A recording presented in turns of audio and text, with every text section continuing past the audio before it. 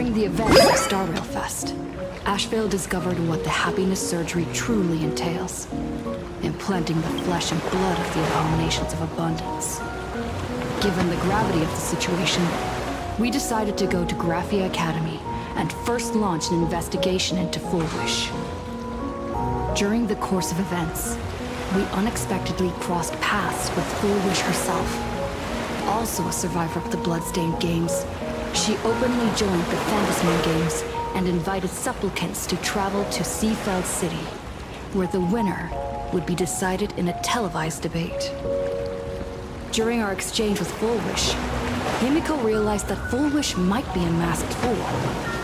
As a result, I asked Sparksy to investigate the tavern for leads. And through that, we identified Full Wish's ability, the happiness syntax. Evanesia and Yaoguang established a cooperation agreement. After Evanesia's attempt to assess Full Wish, in her capacity as the arbitrator, failed, they encountered Blade and his group, and learned that the flesh implanted in the happiness surgery originated from Shuhu, an emanator of abundance. Himiko and I went to the TV station to take part in the debate and met up with Sunday and AshValen, who had arrived ahead of us. However, the debate turned out to be a carefully orchestrated trap. In full view of the public, all those who had undergone the surgery transformed into terrifying monsters. And Full Wish framed both the IPC and the Astral Express as the masterminds behind it all. When the disaster erupted, Evanesia willingly violated a forbidden taboo and revealed the real purpose of the Phantasmal Games: to suppress the terrifying entity slumbering within plain Arcadia. Through this act, she unlocked the original power of the ambrosial arbor within herself and intervened in the unfolding situation. At the same time, Silverwolf, entrusted by Pearl, set out to investigate the anomalous signal responsible for the monster's emergence, only to be obstructed by Mr. Mean. As the force backing Full Wish, he wields tremendous power, powerful enough to interfere with the Stellaron Hunter's script. Meanwhile, Full Wish continued to livestream our movements in the TV tower, distorting the truth by every possible means. Drawing upon the wish power of 200,000 victims, she manifested the Mini Phantasmoon in an attempt to defeat us individually. Thankfully, Silverwolf regained the power of the Ether cartridge, level 999, and dealt with it before it was too late. After overcoming every obstacle in our path, we reached the top of the TV tower and confronted Full Wish head-on. Drawing on the people's wish power, she briefly held the upper hand. Ultimately, I used the Stellaron within me to bear that wish power, thereby stepping onto the path of elation and defeating her once and for all. Even so, those who had undergone the surgery did not recover. At Blade's proposal, everyone joined forces to concentrate all of Shuhu's flesh within his body, freeing the victims from the influence of the happiness surgery. Just when I thought the crisis was over, Evanesia requested that I warn the creator of the world in canvas. According to her, Asad Pramad, the Lord Ravager who once attempted to eliminate plain Arcadia, has returned again.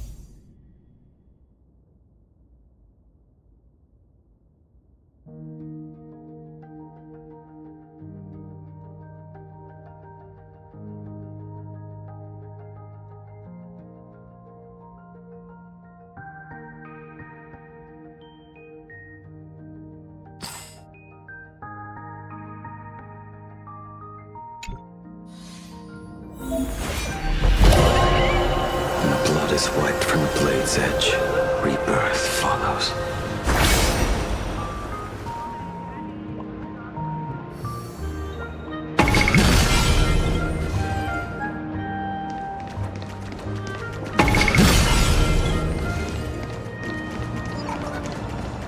Merely another soul among them. Final reform! Numbers! Trying to trick me?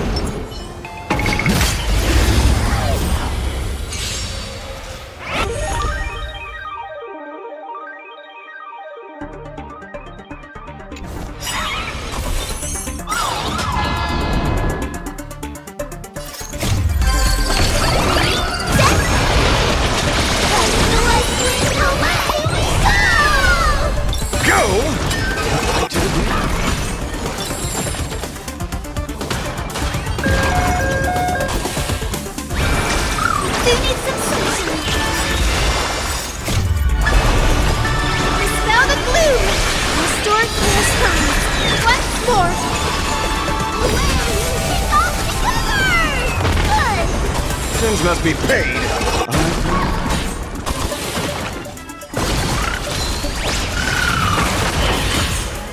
Go!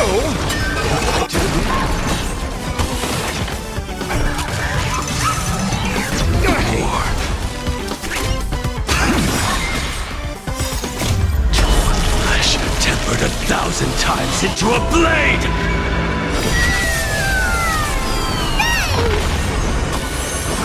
I don't know.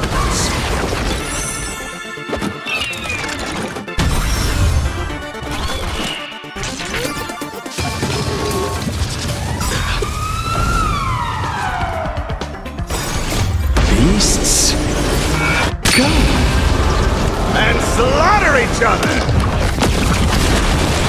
Sins must be paid.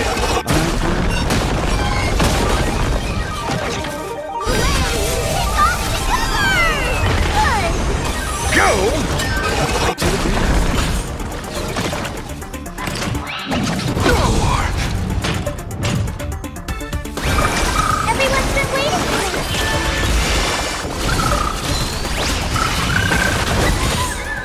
Sins must be paid. Two blades eternal! Go!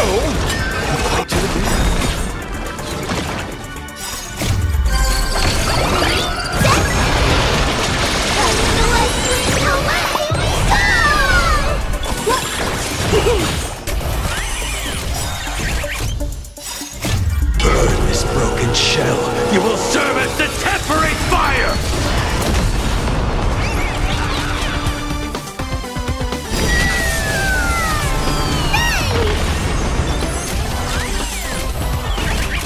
Purgatory, take hold! Burn this broken shell. You will serve as the temporary fire! Two blades eternal! I see through you. Beasts, go! And slaughter each other! Sins must be paid.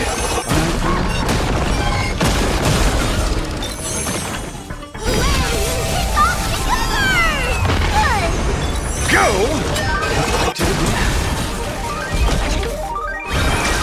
Do need some sunshine.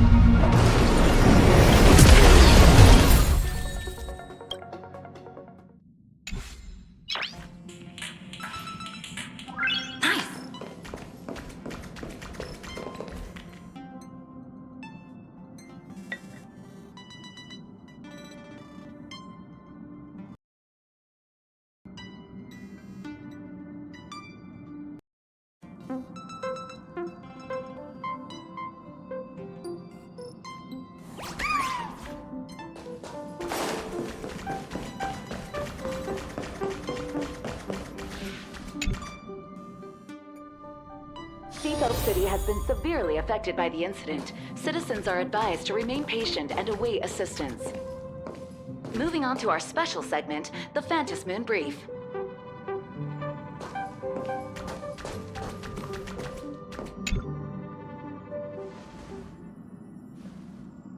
You're back! The incident that happened at Full Wish TV is causing a huge stir. Come watch the news! Hello, everyone! Welcome to our brand new segment, the Phantom Moon Brief. I'm your host, Poofy. Hi, everyone! This is your old friend, Snowy! Well then, as the Phantom Moon games reach a boiling point, and for reasons that need no explanation, we are now joining Duo Mention TV to bring you live coverage of the latest and most critical news updates. Yes, we are! And after the director of Full Wish TV and sponsor of the Research Society of Happy Smiles, Full Wish announced that she was joining the Phantom Moon Games! That terrifying tragedy of 15 years ago once again swept through the psionic game! The supplicant debate, slated to take place at the Seafeld TV tower, was cut short when out-of-control Imagine known as Joy Ascendants appeared suddenly and launched an attack. This imagenesis plague centered on Seafeld City spread rapidly. Even Full Wish herself turned into a monster atop the Seafeld TV tower. As of the latest reports, nearly 200,000 human and Imagine inhabitants across plain Arcadia have been affected by the plague. Countless individuals are injured or missing, and total losses are estimated to have reached 8.6 billion credits. And in a chilling echo of the bloodstained games 15 years ago, footage left behind by Full Wish points to the disaster as the work of supplicants from beyond the sky.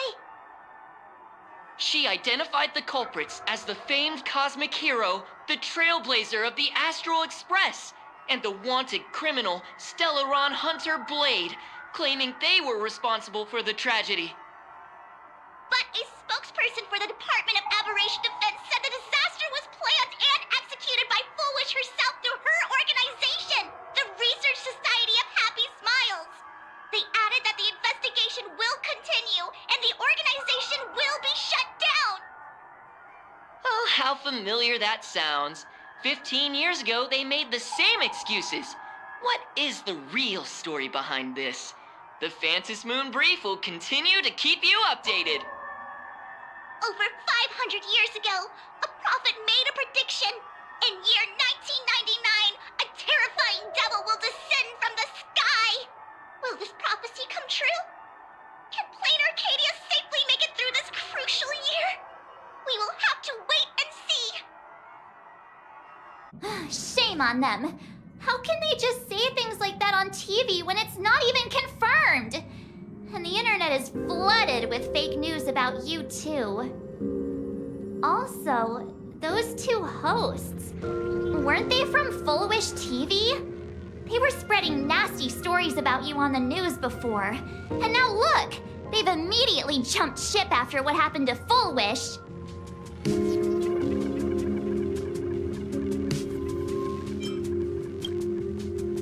Ever since coming to plain Arcadia, nothing surprises me anymore. I'm happy you made it back safely, but somehow, you just don't seem quite the same. Oh no. You're trying to grow up and leave me behind. Don't tell me you're becoming the next Don Hung. No! Is this what it takes to become a hero?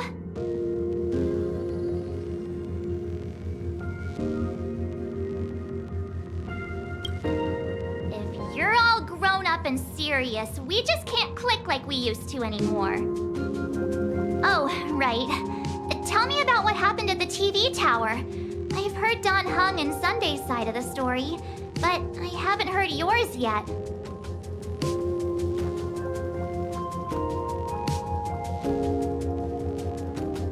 So, Full Wish had people undergo the happiness surgery to implant Shuhu's flesh into their bodies, and that ended up causing this disaster? And you guys stopped the mutation from spreading, But all you managed to do was to temporarily seal Shuhu's flesh inside Blade?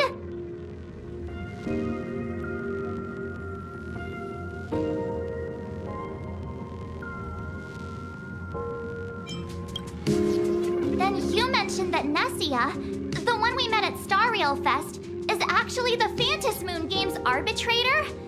No wonder she could draw a mask for you. And she also asked you to go deep into the world in Canvas to warn... who was it again?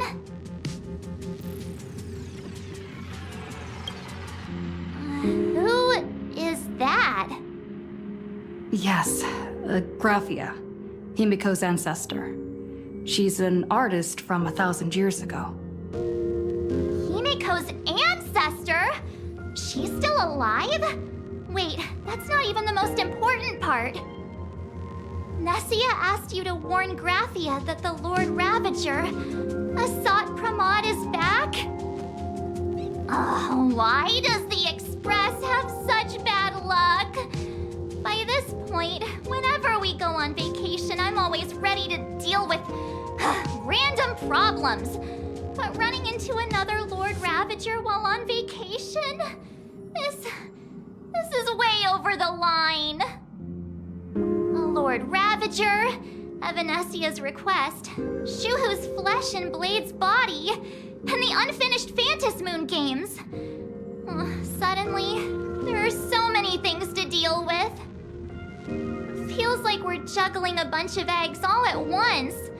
One slip, and it's all gonna go splat. Are you okay?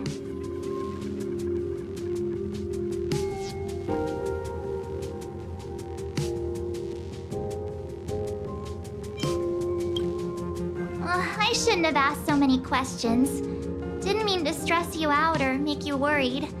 I'm gonna go take a minute and collect myself. So many things to deal with right now. Oh, what should I do next? Nah, I've had a long day. I should just get some rest.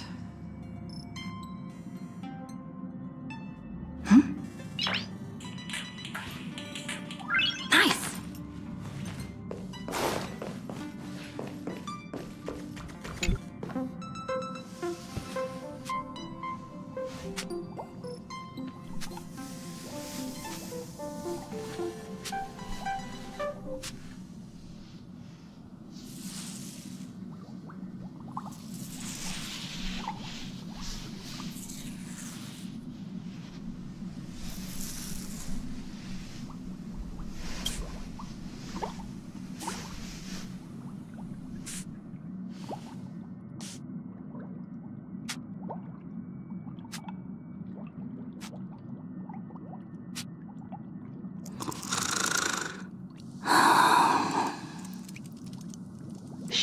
Welt, she's tired. Let her sleep.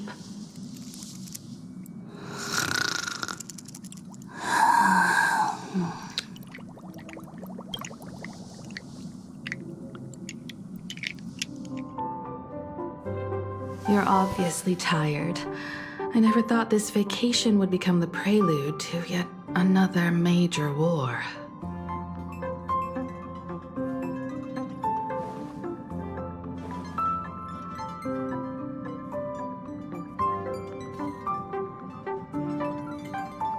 From our very first steps, trouble has always followed the Nameless.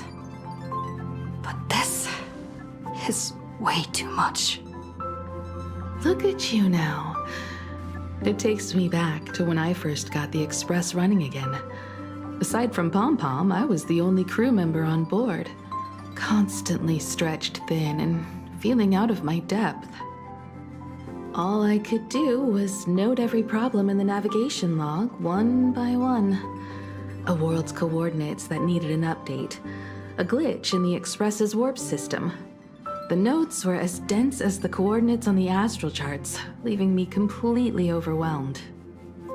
Back then, I never imagined the Astral Express would one day have to face a Lord Ravager. But strangely, now that the time has come again, I'm not panicking at all. Come to think of it, it's because of you. Because of all of you. Along the way, we have defeated 2 Lord Ravagers.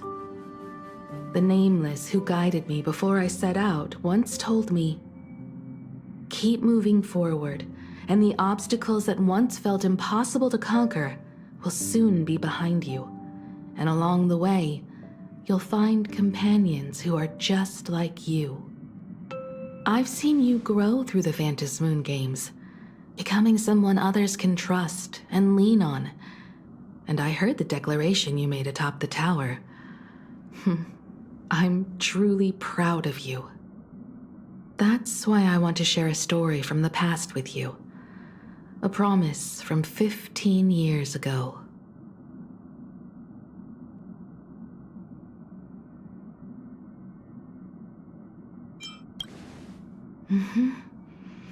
I promised someone that when the moon over my hometown was full again, I would go back to see her, to let her know I had made the most of this borrowed life, and found companions I could trust with all my heart. I want to share this story with you all. The story of how my journey began.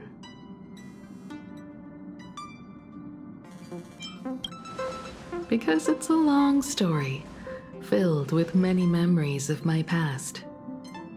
I'd also like to invite you all to the place where I repaired the Express and tell you everything bit by bit. All right, it's a deal. When I return from the world in canvas, you can make us, let Shush make us some coffee. Then we'll settle in and listen to your story. Speaking of the world in canvas, March told me about what Evanescia said to you. Evanessia's request was not made lightly, and she was worried for a reason. Silverwolf saw that Lord Ravager in action too. According to the records from the databank and the IPC's investigation, Asat Pramad's campaigns often span centuries, and the planets he targets all end up destroyed in freak accidents, leaving their surfaces covered in only smiling faces. 1,000 years ago, my ancestor Graphia created the world in canvas. If that was to resist Asat Pramad's invasion of Ahatopia, then could this disaster unleashed through the Phantom Moon games be the prelude to his next invasion?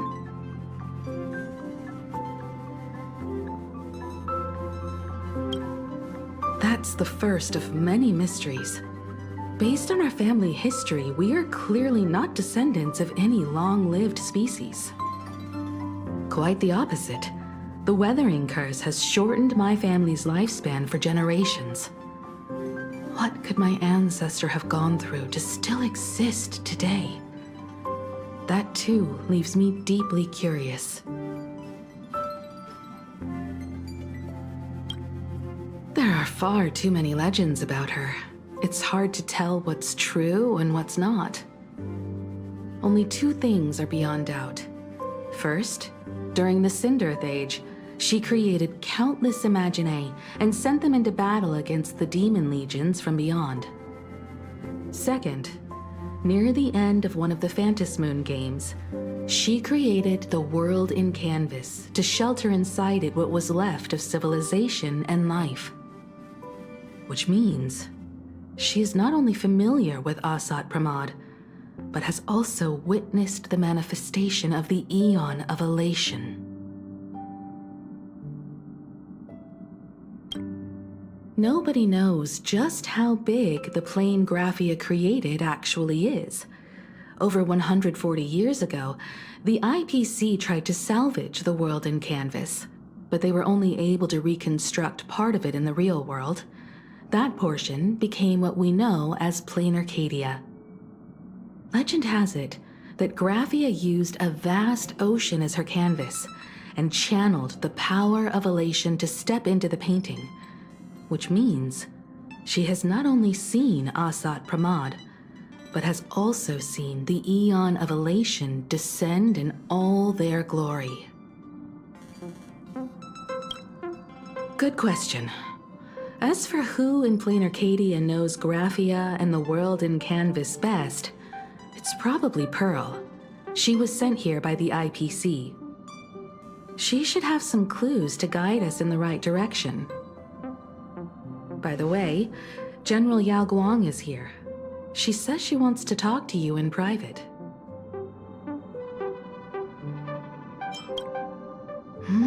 I'm not sure if she comes with good news or bad news. She brought a little gift from the Cienjo, though. Mung bean soda. Go talk to General Yao Guang, then. Don't keep her waiting. After that, come to the party car and fill us in on your next move.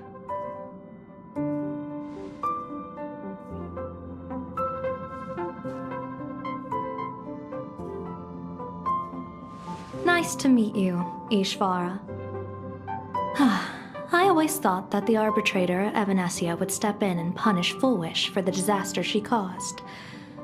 But, to my surprise, it was you who defeated Fullwish.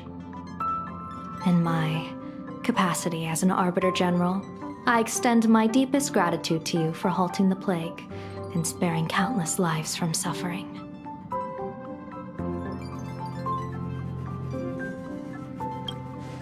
What I am about to tell you is something Evanescia risked breaking the rules to share with me.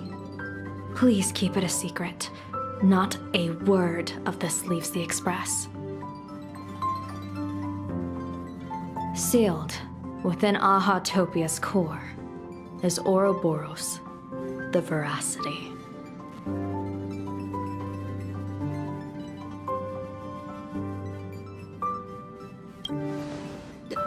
You mean the Leviathan that can swallow whole planets? That Ouroboros the Veracity?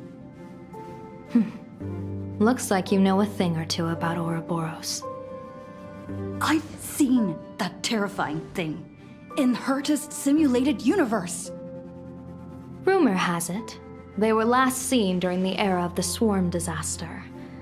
They were hardly there to aid the Swarm, but rather to attend a cosmic-level feast, in which the Swarm served merely as appetizers, and the planets they passed were devoured as the main course. No one expected them to be here of all places, sealed away on this very planet, after vanishing for years.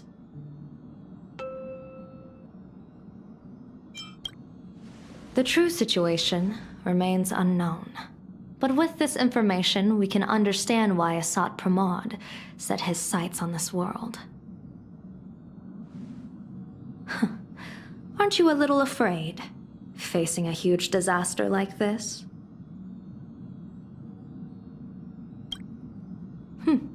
That's impressive, AshValen. No wonder you survived the calamity of Iron Tomb. Fortune follows when fate hits its lowest ebb. Every crisis comes with an opportunity. Now that we know a force capable of devouring stars is deep in slumber at this planet's core, perhaps we could make it devour the problem inside Blade's body. It might just be a risky path worth taking. Blade has agreed to my proposal and will venture into the world in Canvas to seek out the Veracity. From what I've heard, you are going there as well? I cast a divination, and the hexagram shifted between the marsh and fire trigrams, yielding the judgment. Heaven and earth are separate and apart, but the work which they do is the same. In other words, though your paths may differ, they are destined to intersect.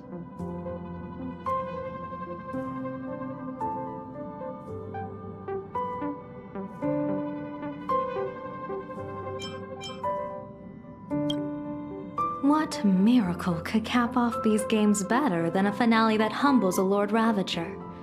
It will be a tribute to the elation. The shadow of the Lord Ravager looms, and from here on, everyone must carry their part of the burden. I will take my leave first. Before I set out, I still want to say a few words to everyone.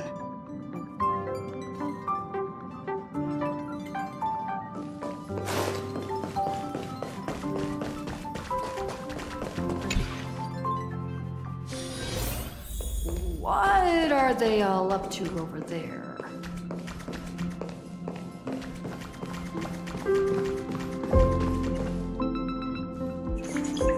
Oh, there you are.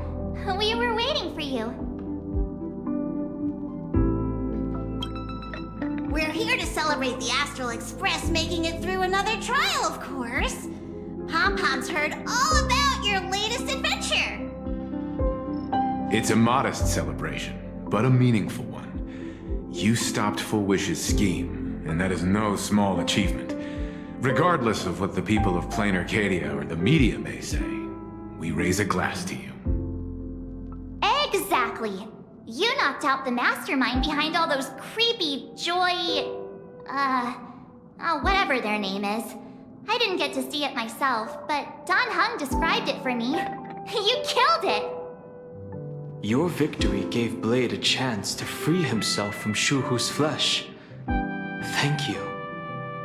With a Lord Ravager looming on the horizon, everyone will soon be heading off on their own missions. Before that, it felt right to have a small gathering like this. Now, let's make a toast. Here's to everyone who fights to protect this Arcadia. And here's to all of us. The Lord Ravager can throw whatever he wants at us, but I know the Astral Express will keep streaking across the stars.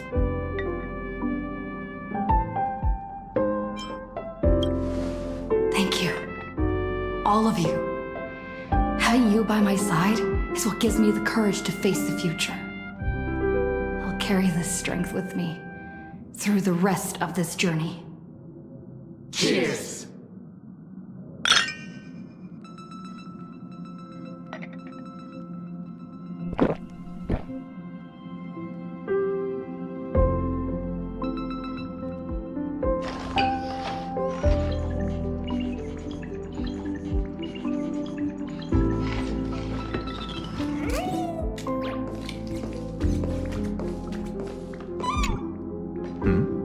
Did you need something? I need a break. I felt worn out ever since coming back from Seafeld TV Tower. Right now, it feels like I'm back in Oak Manor's banquet hall. At those parties, no matter how tired I was, I'd have to clutch my glass and smile, keeping myself calm. Mr. Yang insisted I should get a full day of sleep, but I didn't want to miss the chance to toast with you all. I should thank you for letting me embark on this journey.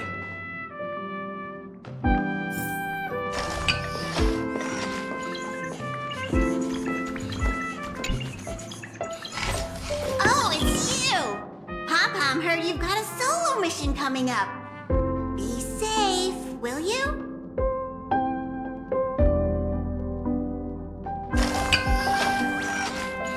Sadly, Pom-Pom can't remember most of what happened right after the Express crashed onto this world. Pom-Pom's memory of those years is like a fogged-up Express window. No matter how hard Pom-Pom tries, Pom-Pom just can't wipe it clean.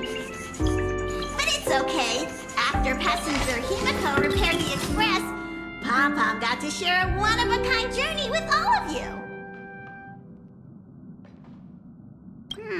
How did passenger Himiko appear?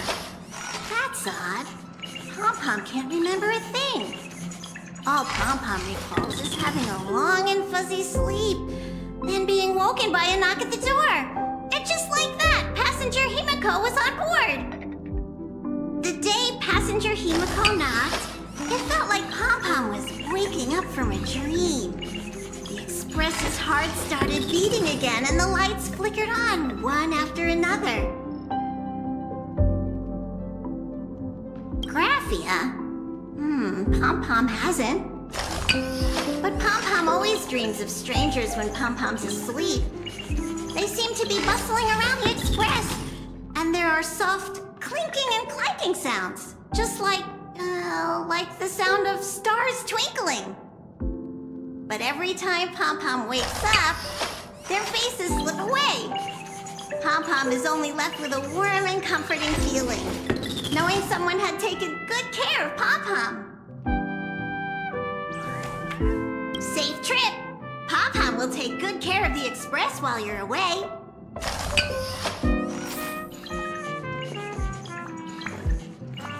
I heard from Sunday about how the televised debate went. We won this battle because of you. When the televised debate began, a crowd outside the station gathered to protest the Astral Express and nearly broke through the barricades. But the moment the Joy Ascendants appeared, they scattered without a second thought. I guess people know deep down which is more dangerous, a made-up villain or an actual threat. But I am more concerned about you. I've seen the footage of your fight with Fullwish. When you returned to the top of the tower, an enormous surge of power seemed to erupt from you. It reminded me a lot of when I saved you at Herta Space Station. Did you tap into the power of the Stellaron? From what I can see, you're in pretty good shape right now. The Stellaron can be awakened by a wish, but its immense power always has a way of warping reality. As the wave of wish power surged toward you, it brought hope and blessings, but also dark intentions and malice. What might it do to the Stellaron? We have no idea. Be careful with this power you have, no matter how tempting it may seem.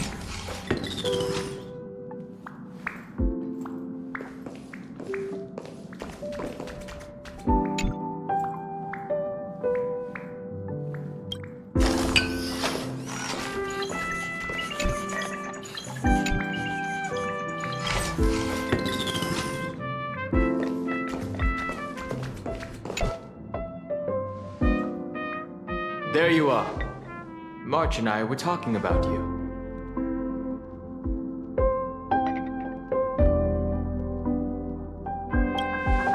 Yeah, of course. When did Don Hung start expressing his feelings like this? I guess pigs really do fly. This trip to Plain Arcadia is the first time we weren't necessarily working together toward a common goal. You dove into the Phantasmoon games. I crossed paths with that relentless old friend and foe again. As for March, well, she spent her time wandering and eating. Her perfect little vacation. Wait, hold up. How come all I get is wandering and eating? I grab plenty of comics as well. I call it cultural exploration. With a little extra time for me to recharge, of course. Right? Now that we're having this little break, it hit me that I might have neglected you and March.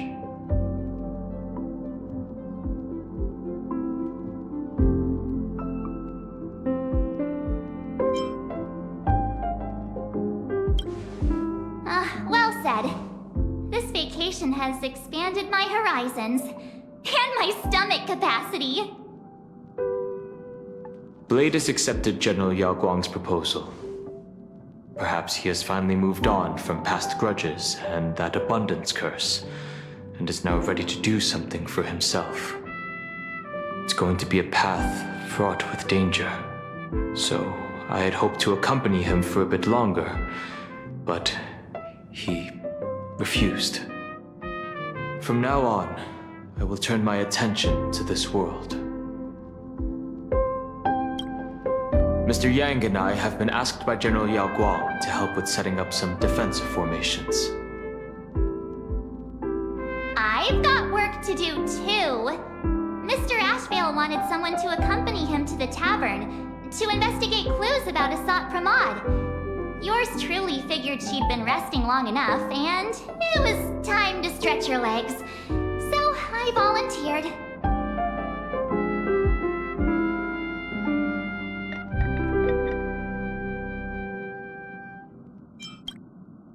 No problem.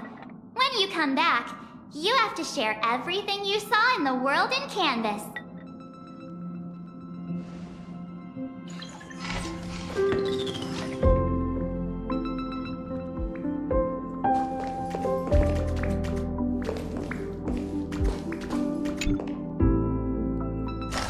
Just in time. I've talked to Madame Pearl. She will handle all the arrangements for your passage, so you can enter the world in Canvas to find my ancestor Graphia.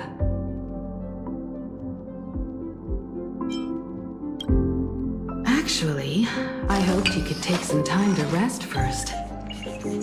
Once you've fully rested, you may make your way to the dock in Seafeld City. Madame Pearl has a special ship waiting for you there.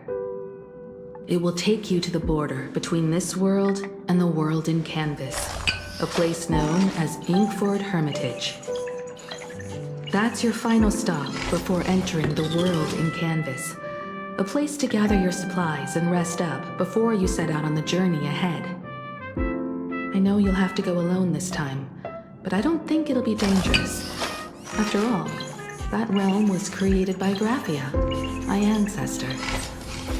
The thought of it makes me feel calm, in a strange but comforting way. If you get to meet her, please give her my regards.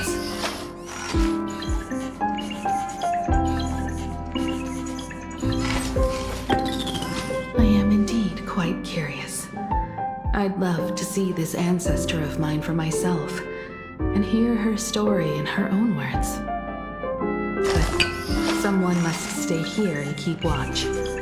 Madame Pearl wishes to confer with me and General Yao Guang about our next steps in dealing with Asat Pramod. So I'll be entrusting this mission into the world in Canvas to you. Go ahead. Set out once you've rested up. I'll be here with Welt and the others, awaiting good news from you.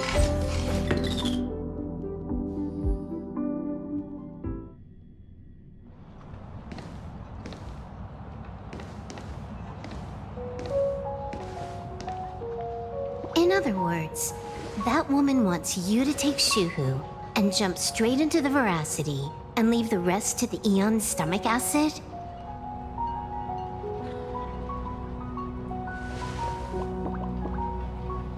And this is between me and him, right? Why are you tagging along? Relax. I'll say my goodbyes and be gone. A dignified funeral, If you ask me, this ending is indeed grand enough. I don't care about any of that. There's only one thing I care about. Does he have to die? Here's a piece of advice, little cub. Whether he lives or dies is his choice. That's the one thing you don't get to decide for him.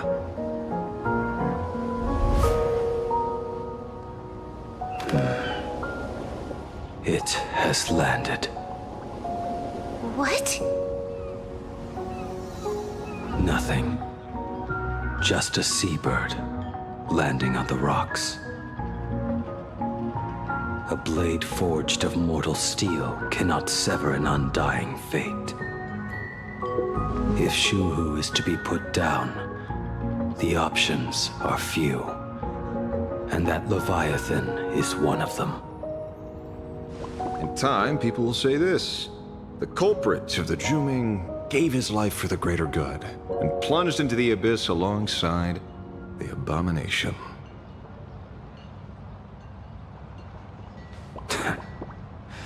I'm not as noble as you make it sound. Many years ago, you invited me to join the Galaxy Rangers. I refused for one reason. I'm a petty man. I was never born to carry some greater good. This is between Shuhu and me. Nothing more. Can't argue with that. A Galaxy Ranger through and through. Well then. I won't say anything more. Blade, you sure about this? For years, death has clung to me like a curse, etched into my bones. If there is a chance to make a god feel the same pain, I would do it, even if this body is reduced to ash. As for everyone else, there's no need to drag them into this. We'll proceed as Yao Guang proposed.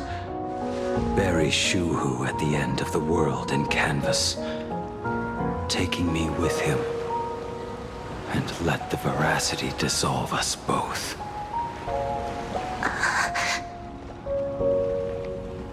Take care.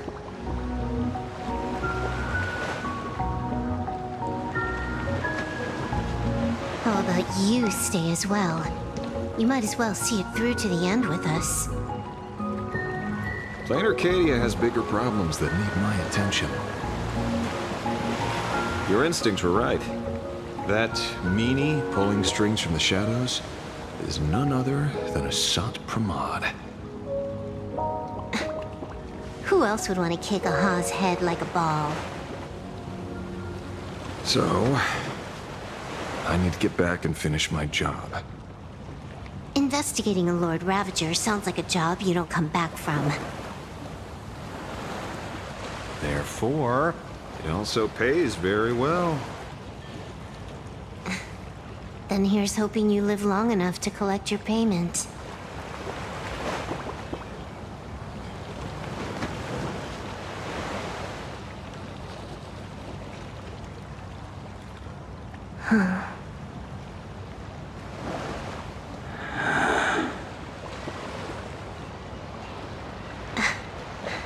Every time, when it's just the two of us, you go quiet. You know what I'm going to say. The seabird's flown off. It's time for us to go too.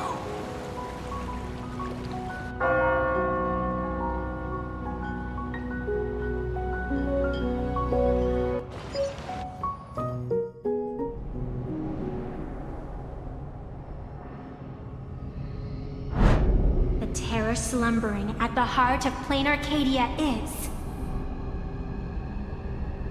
Ouroboros. After the swarm disaster, the veracity vanished, never to appear again for more than 700 amber eras. Their last rumored sighting was 500 years ago.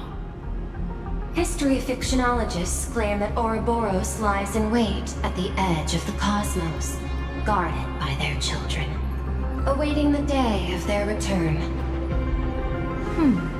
I've heard that story before, but it wasn't about the edge of the cosmos. It was Pier Point. They say that the preservation is nothing more than a facade, and the IPC is, in truth, a cult devoted to the veracity. Organic life has quite the imagination. They've said other things, too. That Louis Fleming seeks to ascend as the Eon of Wealth. That the Council of Mundanites are mere hounds of Dr. Primitive.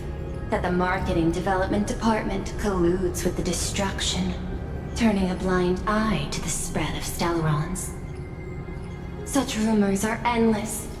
I believe the General should be able to tell which are true and which are not.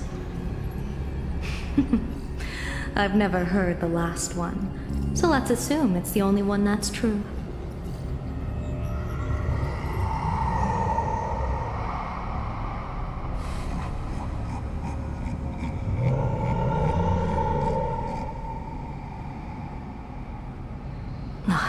such terrible breath. Once this Leviathan awakens, the Arcadia's destruction would be all but instantaneous. For now, this remains conjecture. The sealed remains appear to be a husk that Ouroboros once shed.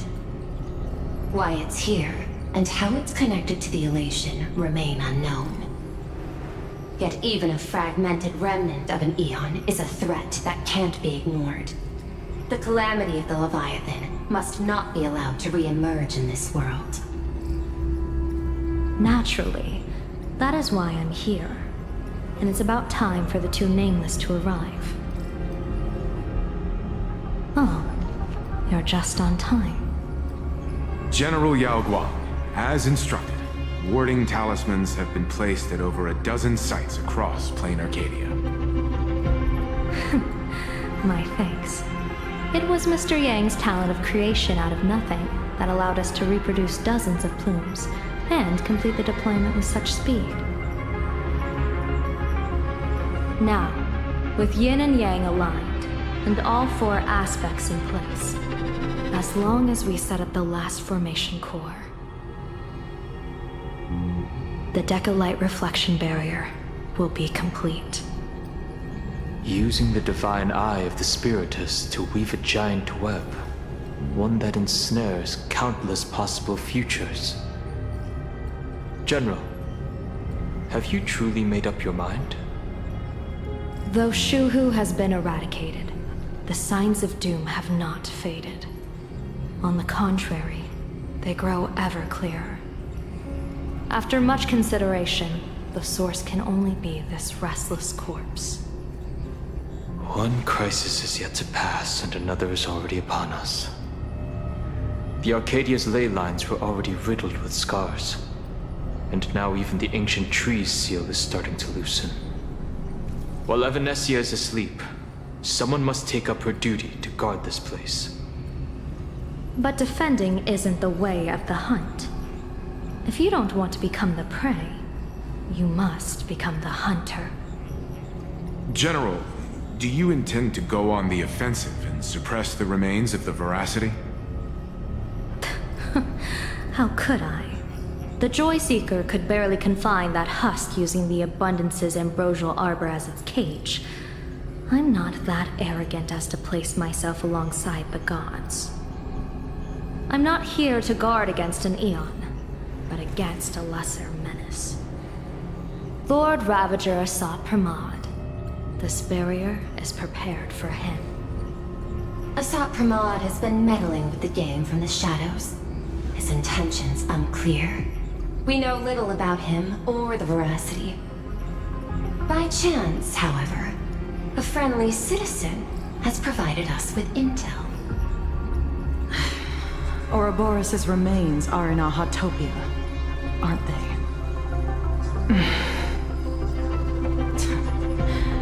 Silence is an answer in itself. I've seen that reaction too many times. I'm not surprised that you were the first to discover it. You were in the Torn Scroll too. The probability of you noticing was 24%. That's a little low, don't you think? I'd put it at well over 90. What I don't understand is this. There were countless ways to verify your hypothesis, yet you chose the most unconventional one. You bypassed security and broke into the building to confront me in person. What is your objective? This is no confrontation. It's a warning, Madame Pearl. I'm a security officer, and there is only one reason I'm here. While everyone else is fixated on the Phantasmoon games, only the Department of Aberration Defense is watching other places. Like the location where the new Herald of Death case was closed? Correct. The incident involved 4 Daybreak warriors, 3 nameless, 1 detective, and 1 officer.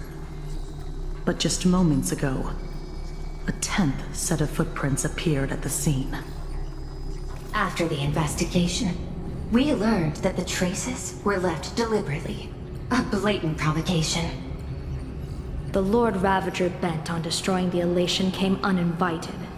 Make no mistake. Planar Arcadia is a stage he chose with care, and drawing the abundance into the fray was hardly a win. Our top priority is to dispose of Shuhu's flesh properly to prevent it from falling into the wrong hands and causing another calamity. That said, we cannot afford to ignore Asat Pramad's next move. This giant web is prepared for that very purpose. Once the entire planet is folded into the divination's trajectory, under the gaze of the Omnitia, all possibilities will be laid bare.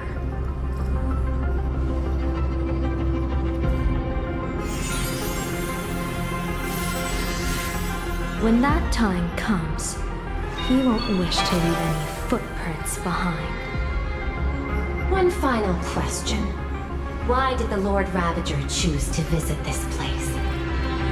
Does he have an ulterior motive? Or is this merely some twisted joke? That question should be left to the professionals. Don't forget, we have a detective who can't seem to rest. Let's hope the accumulation of variables can tip the scales in our favor.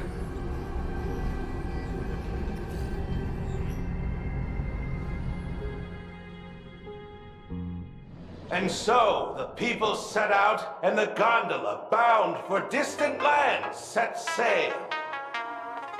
At the end of the world, the elation once again declared war upon the Veracity. Hey, frail little humans! Ouroboros split their mouth wide open.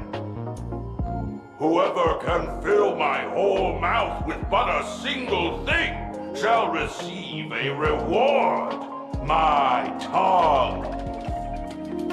The fool known as the Shepherd captured a comet, but it wasn't even enough to fill the gap between the Veracity's teeth. The bartender Baraji opened the wine cellar. They only grew drowsy, drifting off to sleep. And en route, he crept up to the Veracity's ear and told them a corny joke. The Veracity pondered it for 10 amber eras, then burst into laughter at their own amusement. En route spread his hands and said, "See? I filled your mouth with laughter." Then what happened? Then the Veracity said, "Are you kidding me?" And with that, they opened their gaping maw and tore en route to pieces. What kind of nonsense is that? Those are the facts, my inquisitive auditor. If you want to hear more stories, you're welcome to discuss with your classmates.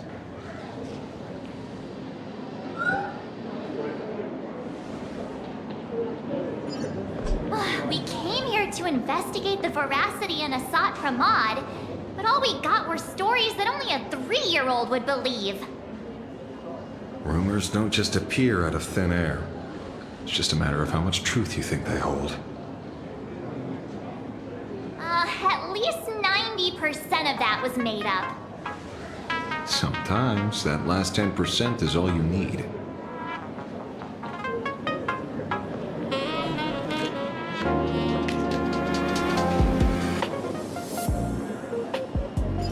Oh, plenty of bystanders around. Let's hear what they have to say.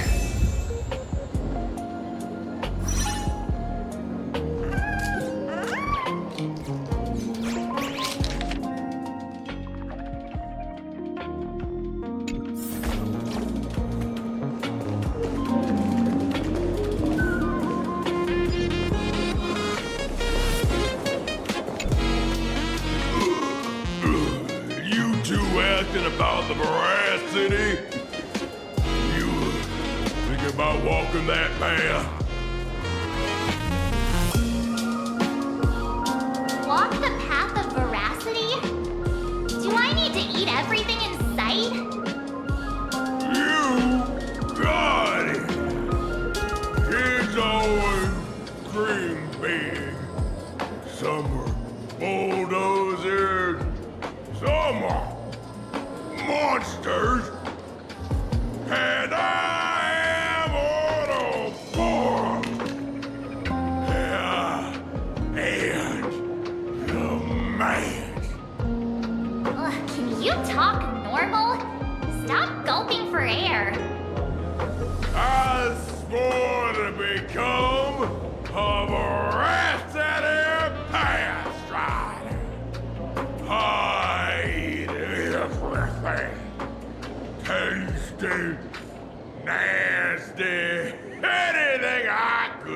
through.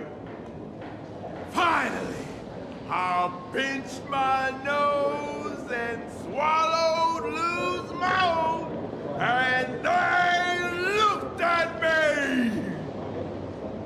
Ouroboros? Nah. Ah. Very regrettable.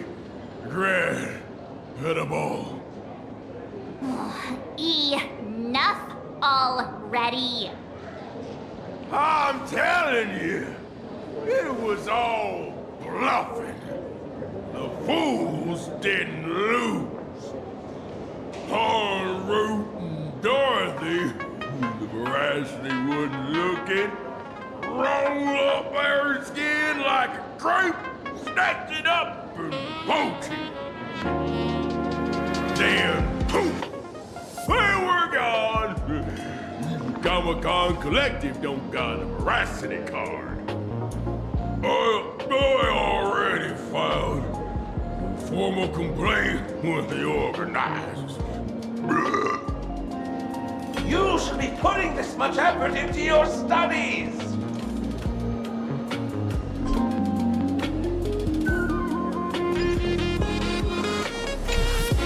They say a dull pen beats a sharp memory. My memory's dull, and my pen's not much better. Then you must have a lot of stationery. A kindred spirit. Miss, it seems you're one of us as well. I've met far too many fools who can't even read. Oddly enough, those of us who truly love learning are the rare ones. Interested in studying the knowledge of the laughter? I have a reference book here. You can have it.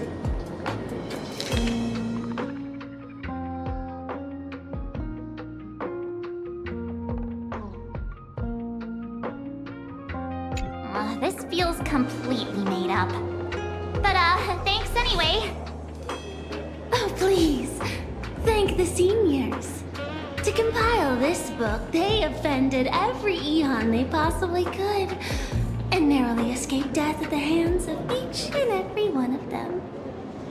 As for me, I'm just the one who keeps the books circulating. Hey, friends! How was your first day of school? Sparksy's here to pick you up after class.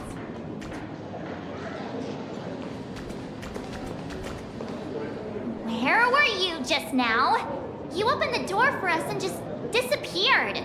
Don't tell me you're up to something again. Oh, still doubting me?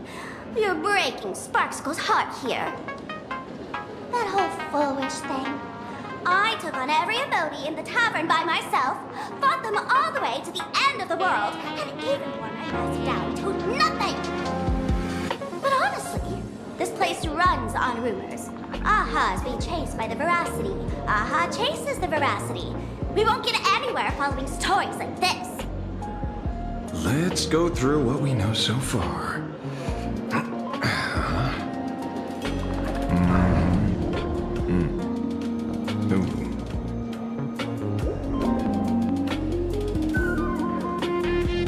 Yeah, it's a complete mess. So, after a bit of thought, Lady Sparksy came up with a brilliant idea. I borrowed a nifty little gadget from a friend. The Unreal Sparks and Spark! No idea how it works, but apparently this light bulb makes you smarter the moment you put it on. Does this friend know you borrowed it? The Sucramon has a gun to our heads, and this is what you're worried about? He'll find out one day. Well then, I'll go first. It, doesn't look very reliable. Are you sure about this? No worries. If anything goes wrong, the friend in my head will protect me.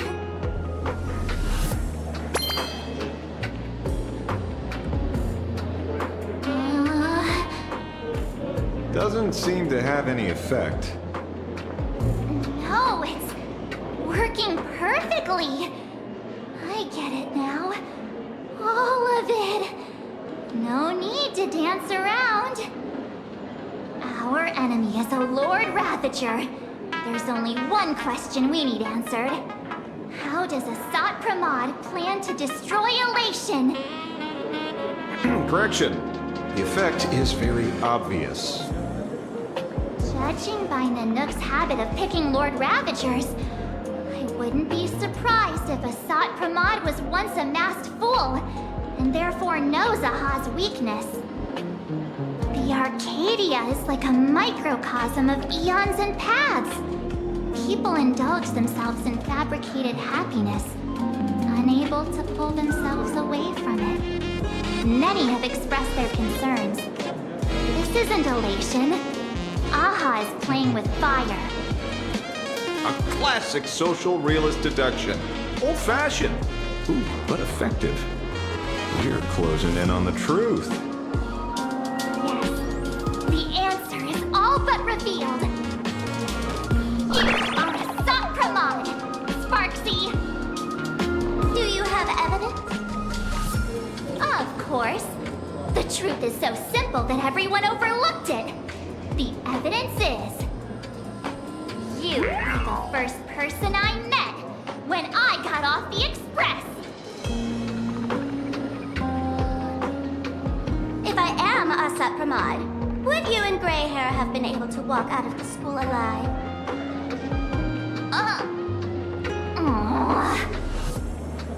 Yeah, fair point. Just take that thing off already. That's weird. I thought I was on the right track. Let me give you a lesson. Deduction isn't about people skills. It's about smart tricks and flawless logic.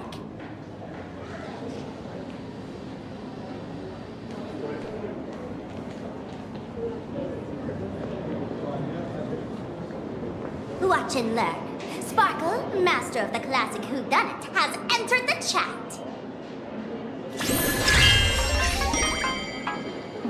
You changed your clothes just for this?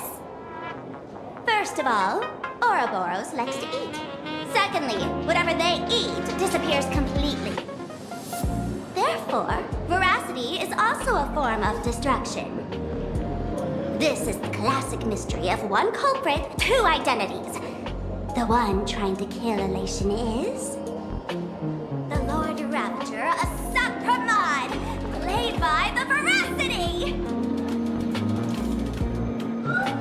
What am I even saying? Classic whodunit? This is more like a classic Who's the Dummy. I get it now. All this thing does is make wild guesses sound reasonable. So far, that's the most accurate piece of information we've gotten. No need to be so serious, Detective. Why don't you show us what you've got? By the way, what type of detective are you? Me? I'm the tough guy type. I don't waste time on useless details. I aim straight at the heart of the problem. You're not wrong.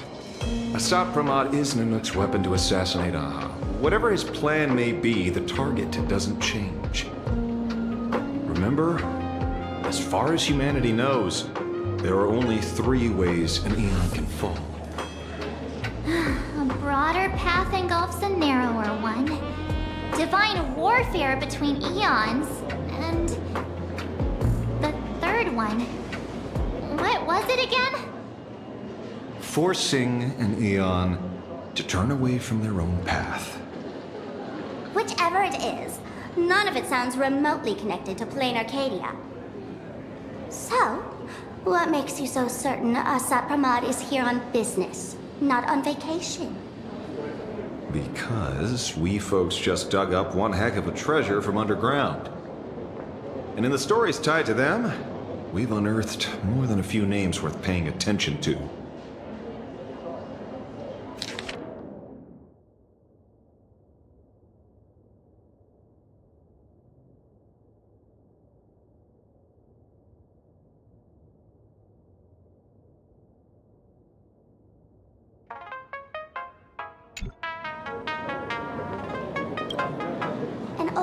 who can't stop lying. He goes on and on about death being a solitary feast, but I just saw him last week, alive. I see you're acquainted. Please, introduce us sometime.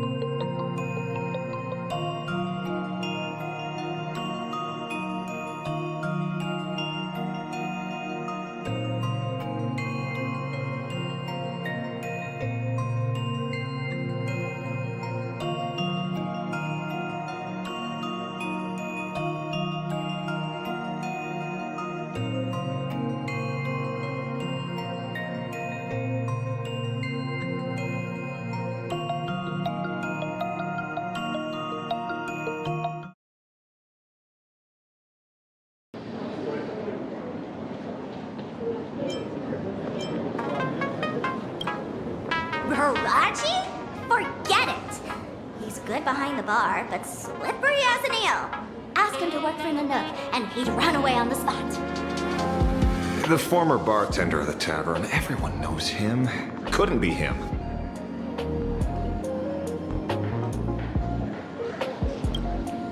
That's just a title. Anyone with a girlish heart can call themselves Dorothy. Between you and me, Director Sparkle used that name once too. Guess when? Looks like this clue has little value to it.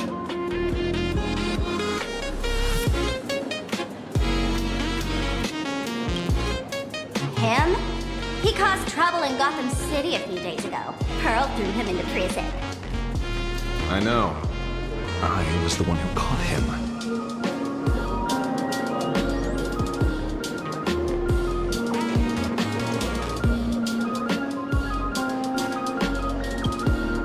Right.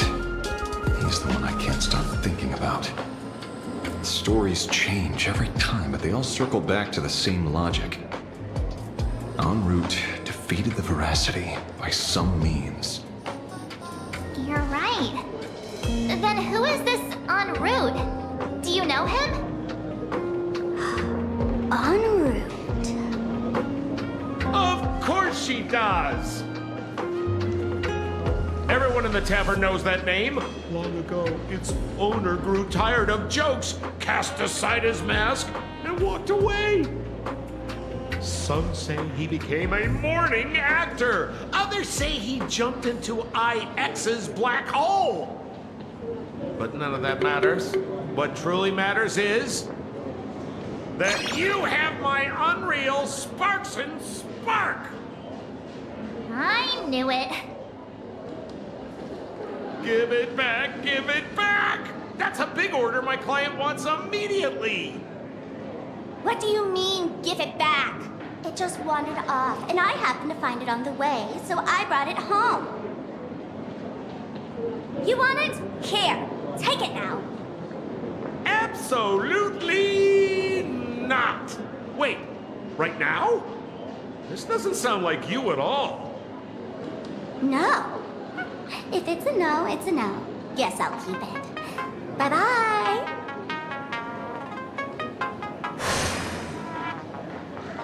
Get back here! Sir, do you need to hire a private detective?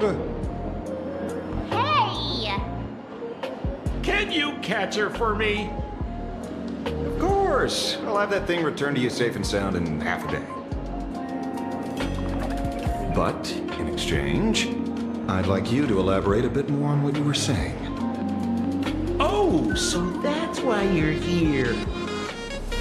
Now, old Sempo's intel isn't cheap. Waiving the fee won't quite cut it, will it? Name your price. Put it on Pearl's tab. Just kidding. Money talks boring. Besides, the Astral Express and I go way back. Oh, and I wouldn't scam you two.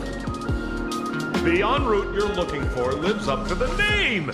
There's nowhere he can't reach. Only places he hasn't been yet. He's the gold standard of the masked fools. He only shows up where he's least welcome. A morning actor's stage, a friend's wedding, even inside the Veracity's mouth. All for the sake of a good laugh. Oh! That lines up. Sounds like the origin of the legend. So, he's a friend of yours? Not a chance! Back when old Senpo was still a kid, en route was already a name in the history books. He left the tavern during the Second Prosperity. They say after hearing 30 trillion jokes, he never laughed again. Before he left, en route said one thing that, at the time, no one cared about. Elation has been dead for a long time. Where did he go after he left the tavern? The tavern has 10,000 mouths, all telling different stories. All I know is this. He said he was headed for the true world's end, and then he vanished without a trace. How do you know all this? Oh, I've been around long enough to have my own channels. Just trust old Senpo. And about catching Sparksy? Leave it to me. I keep my word.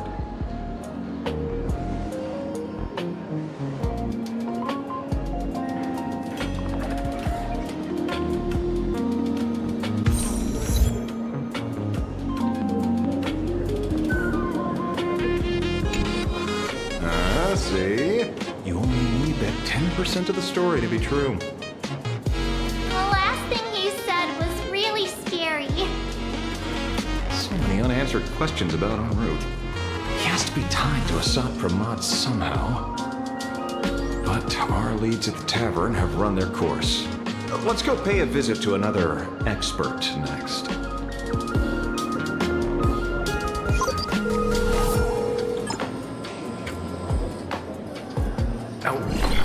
Speak of the devil.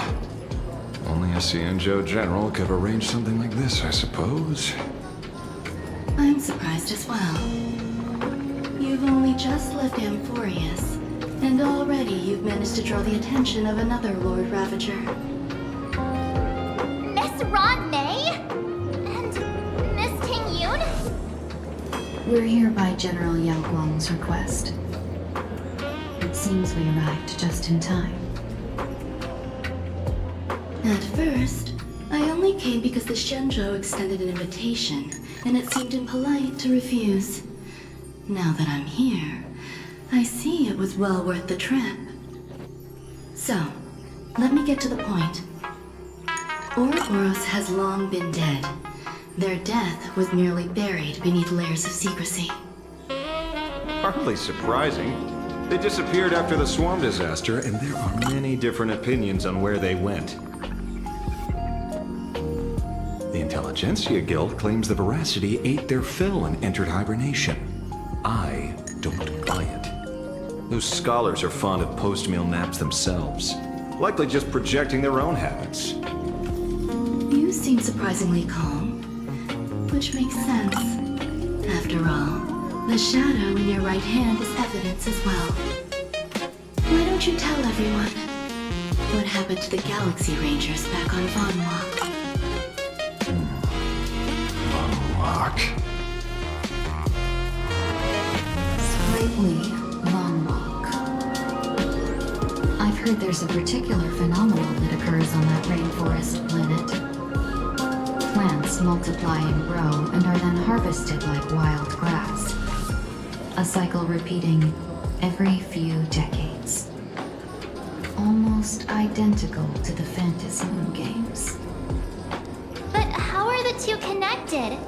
When you hear plants and growth, shouldn't that make you think of abundance?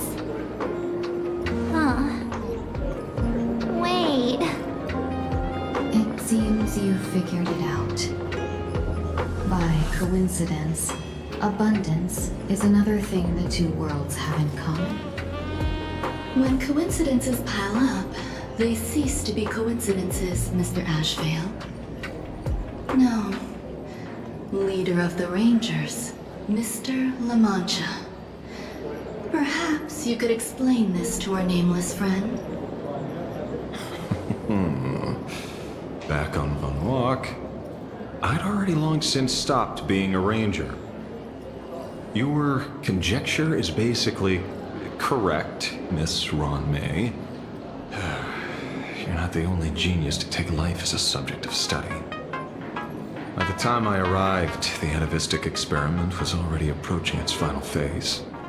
Dr. Primitive had set his sights on an ancient leviathan.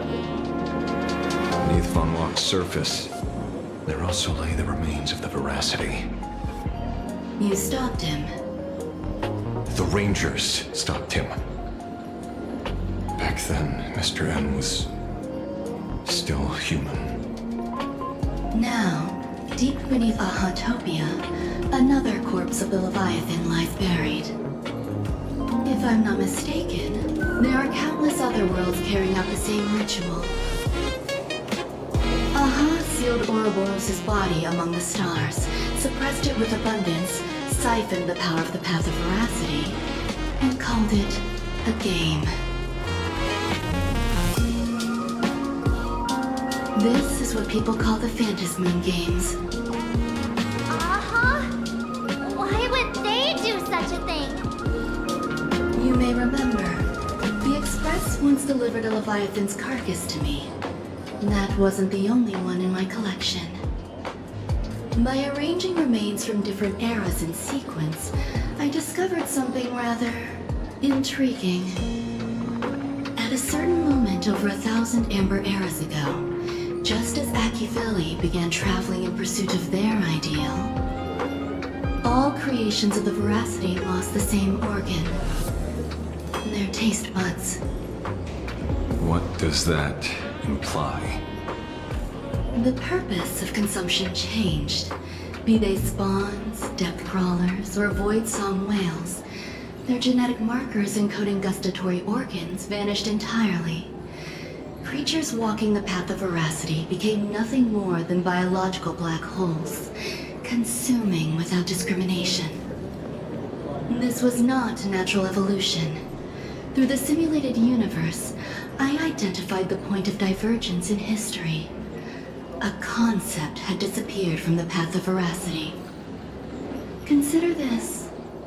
What do taste buds provide? Yummy flavors? Precisely. Savoring something's aftertaste is an act of elation.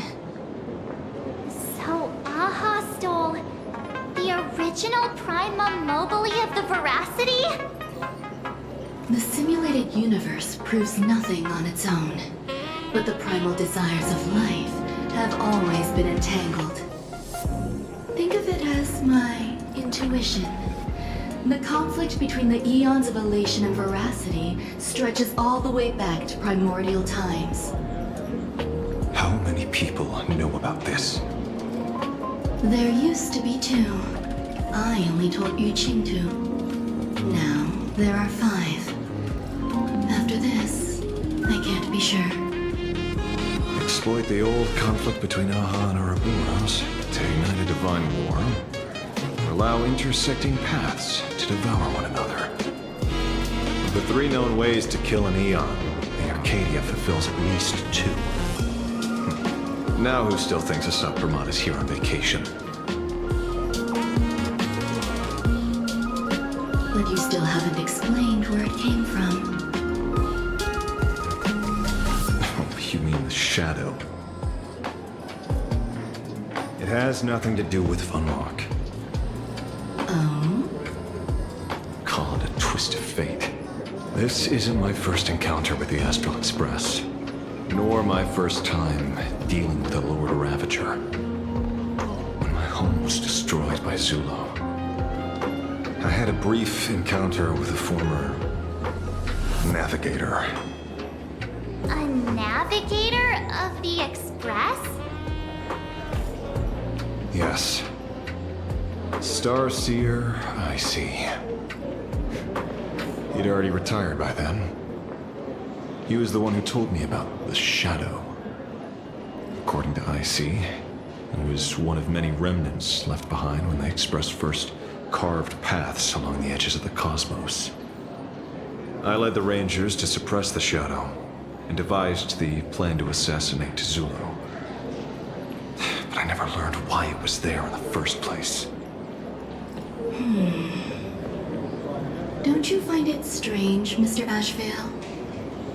Strange? When coincidences pile up, they cease to be coincidences. Like an experiment with results that are too perfect, it's enough to send a chill down your spine. If you don't mind, let's walk through the whole thing once more. Earlier, what did you two uncover in the tavern? Someone suspected to be a Sat Pramod knew about the Veracity's secret. Before disappearing, he said he was headed for the end of the world. And then? Who did he say the shadow belonged to? A former navigator. The shadow was a remnant left behind when he charted the cosmos. If the world's end isn't the tavern, then where is it? I don't know if anyone can answer that question. Not even AshValen. Wait. Don't tell me. En route only goes where he isn't welcome. After leaving the tavern, he went to the Astral Express. The detective game is over.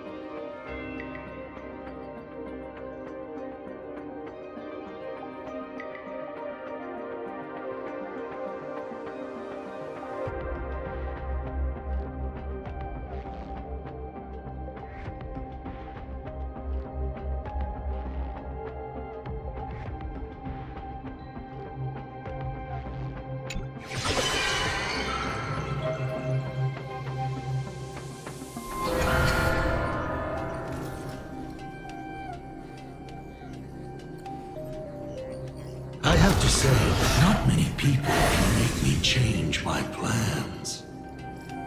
Whether in the past or present, you've always been one of them. So, it is you.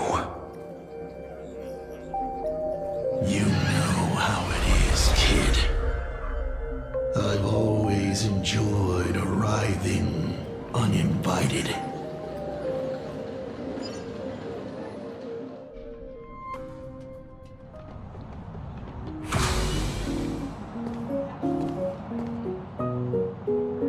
Pearl said she would arrange a ferry to pick us up at the Seafeld City dock. The place we're going to holds clues about Graphia. Really? Ticket before boarding and be a model passenger. We wish you a pleasant journey.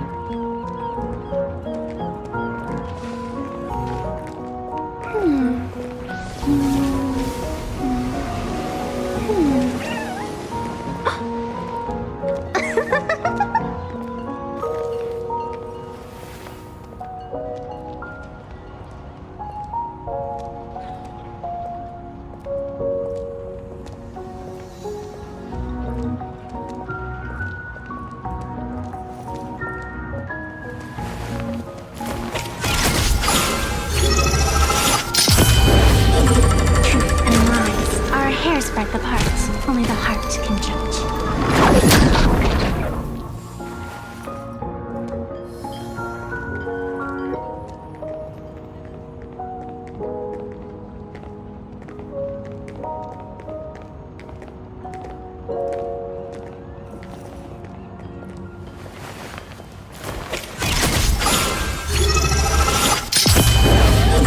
Truth and lies are a hair's breadth apart.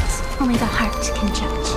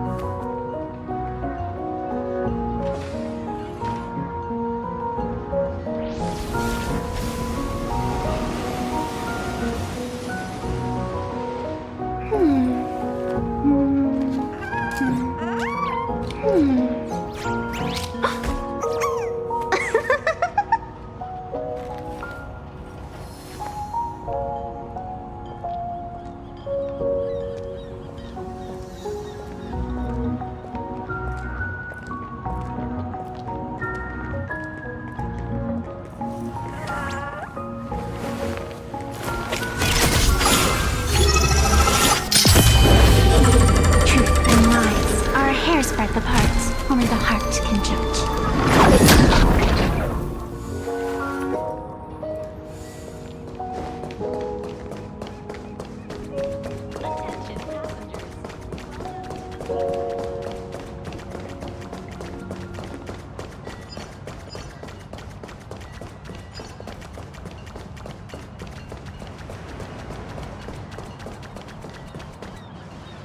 It is an honor to, well, shall I say, be of service to you again. To be honest, when Madame Pearl invited you to visit the Perlux Tower, I was supposed to be your guide. I ended up being replaced by a total fraud. My name is Feld. By order of Madame Pearl, I will be escorting you to your destination. You are too kind. I followed the battle in Seafeld City very closely. Serving a hero such as yourself is a true privilege. I assume Madame Pearl has already briefed you on our destination? I see. It so happens that Madame Pearl is tied up with an unforeseen event, so allow me to brief you in her stead. The destination of our boat journey is a hotel known as Inkford Hermitage. It is situated at the end of a Dovebrook tributary that ultimately flows into the sea. It is one of the points where the world in canvas intersects with reality.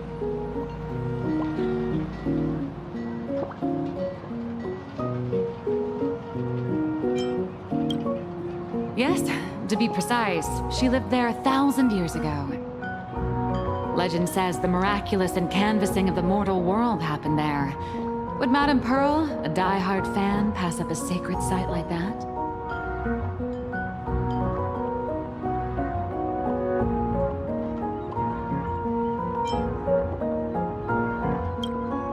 Word is that Madame Pearl just flicked her wrist, signed a check with an astronomical figure, and bought the whole plot of land.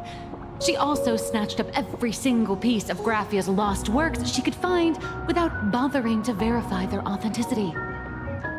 Whew, I guess money really does let you do whatever you want.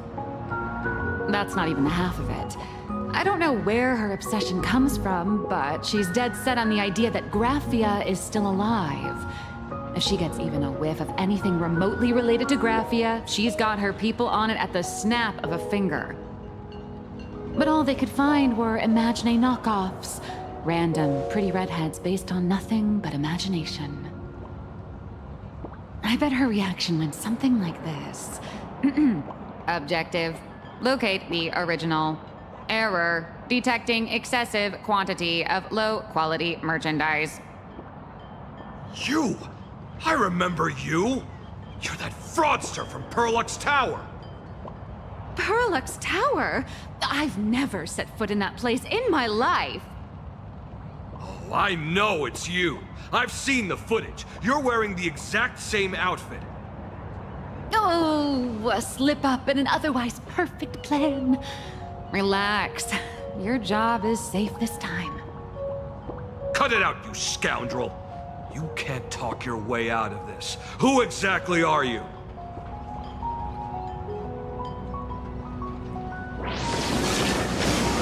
This is the author of For Fear Across the Blue. Blurry QR code. Huh. Is that so? My apologies. How rude of me. Miss Colt, it's an honor to finally see the face behind the work. Please pardon my yelling. I didn't know. No worries, no worries.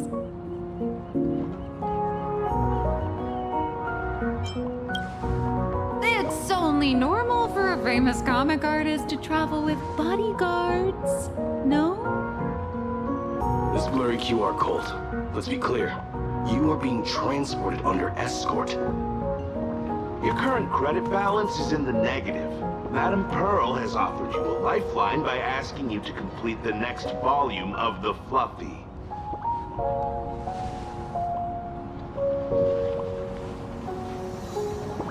Whoa, this is not my fault. Remember Alloy King Pom Pom from Perlux Tower? I tried to put everything on Pearl's tab, but she found out and charged it back to me. Who knew a figurine could be so expensive? It cost me more than my entire savings. Hey, I pay for my own meals. Is that so shocking to you? Is it? So you're escorting her to, shall we say, an intensive creative retreat? Correct. The objective is to deliver the manuscript and clear her debts. The estimated duration is 56 days. Hear that? It's not a hotel. It's hell. Where you get whipped for not finishing your scripts on time.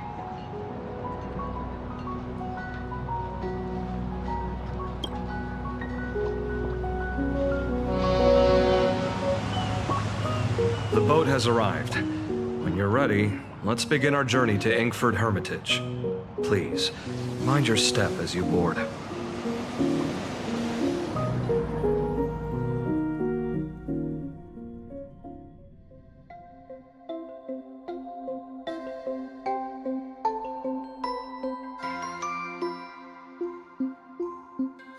We have arrived. This is the snowy shore of the canvas world, Inkford Hermitage. Are those Wispay floating on the water?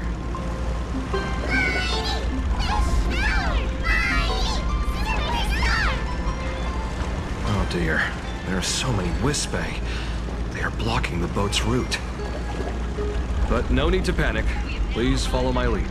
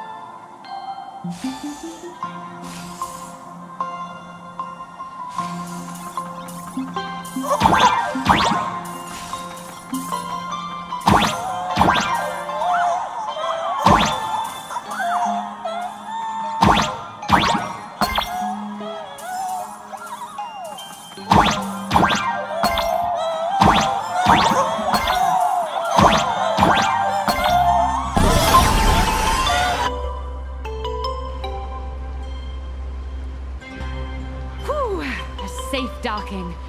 For a second, I thought we were going to hit an iceberg or something.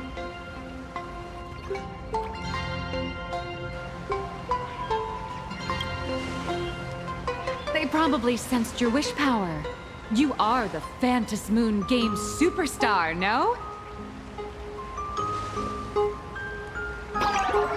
Look, someone's trying to hitch a ride on you.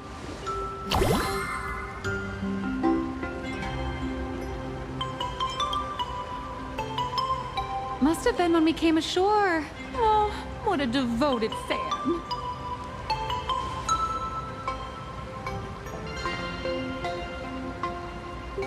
Everyone, welcome to Inkford Hermitage. I was imagining a Benzai Tengoku-style manor, or something.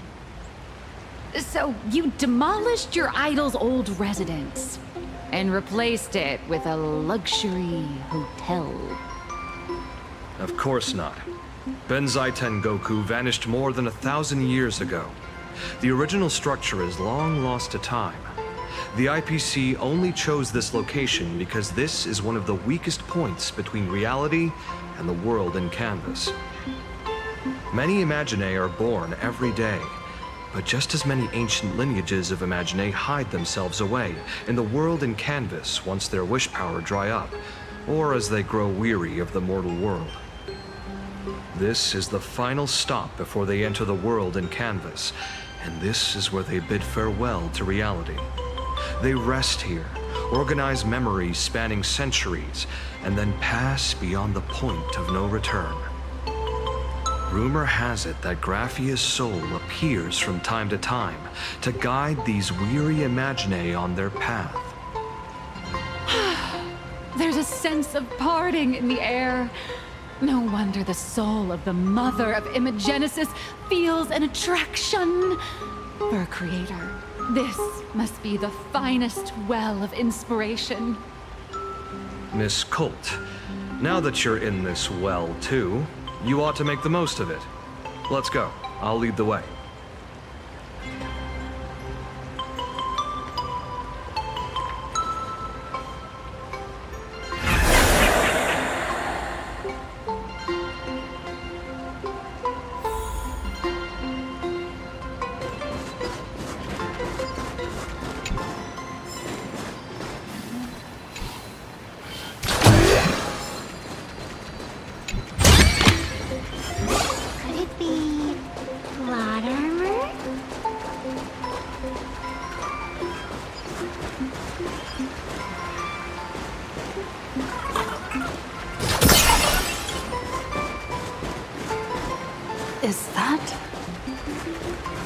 The golden tree in the distance.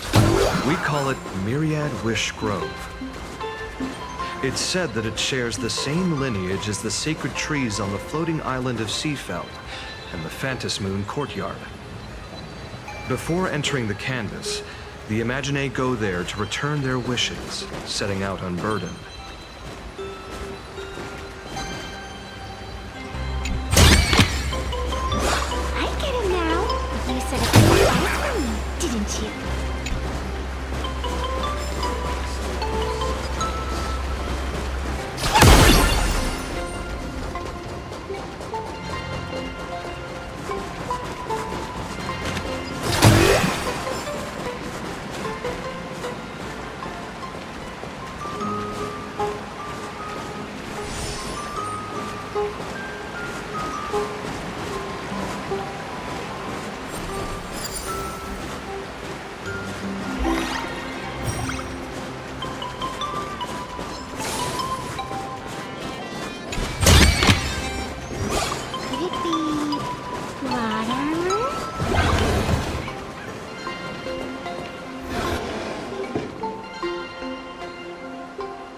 We have arrived.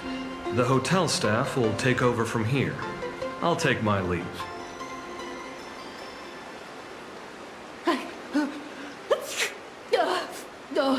It's freezing. It's cold enough for a typical snowstorm mansion murder mystery.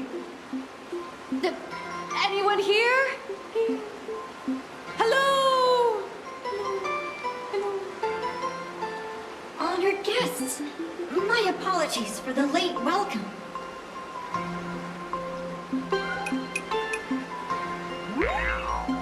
Oh, no wonder it's so cold. It's an actual snow wispy. Hello there, little one. I am the lobby manager, Casper. You have a very high body temperature. Please, try not to overheat the room. Allow me to introduce myself. I am the popular comic artist, Blurry... the former comic artist, Miss Nihilux. Oh, my true name is gone, just like that. Oh wait, did you say former? The big shots upstairs gave me a heads up. You are now an asset of Perlux Corp. You'll be staying here until you finish your next volume. Every guest in this hotel is an Imaginé with quite a history. That Arcadian over there? That's a former superhero. Which one? Never heard of him. That one over there is one of the oldest strangelings. They're a former Kappa. These days, they work as the hot springs manager. A Kappa? Didn't that lineage of Imaginé go extinct when the IPC first arrived? There are still a few survivors that slipped through the net. As for Casper and myself, I am a former frost giant.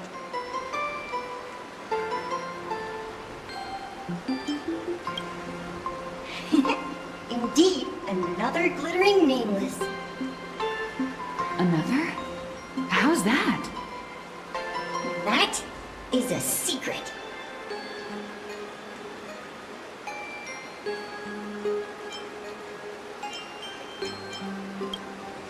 Sightings of Lady Graphia are as common as the snowflakes here. Ever since the news spread that her soul would reside at the hotel, all those Imaginé who mimic her and the weirdos who insist they have a connection to her have flocked here. You see, they all claim they have some sort of connection to her, or hold some secret about her. I bet they're just trying to scam people out of wish power and credits.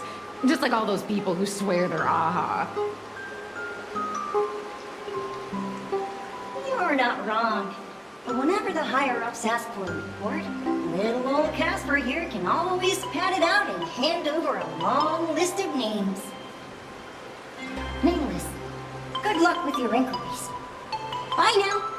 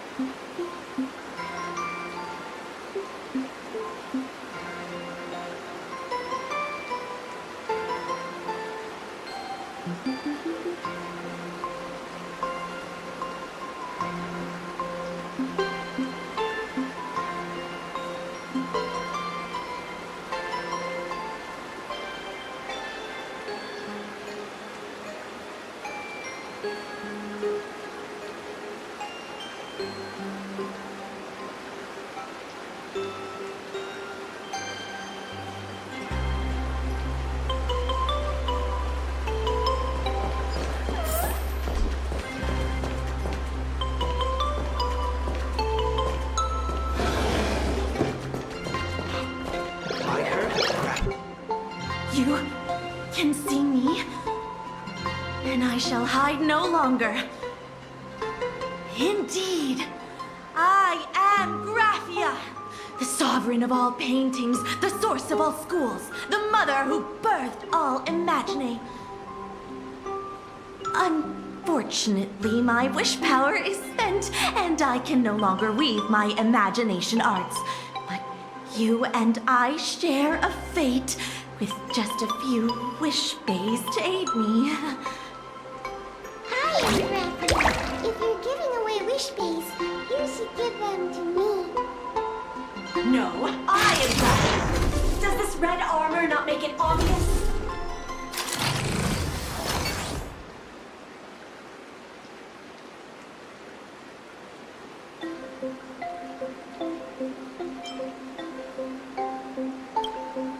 I don't care which. One of you, come help me fight a Lord Ravager. Lord Ravager? To be honest, we are Graphia, but we're not Graphia. Simply put, we are Imaginé born from people's imaginations of Graphia.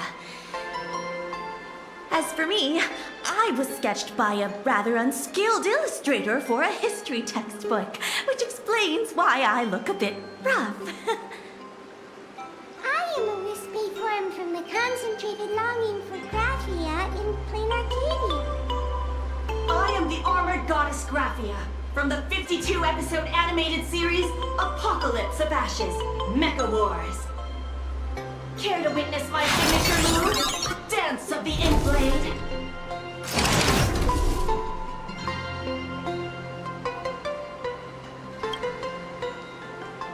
If you're looking for the real Graphia, I'd suggest you give up. I've seen countless Imaginae on the verge of exhausting their wish power, begging the mother of Imogenesis to extend their lives with her paintbrush. Not a single one has ever succeeded. In the end, only those of us making a living off the Graphia brand are left. When it comes down to it, she's nothing more than a legend.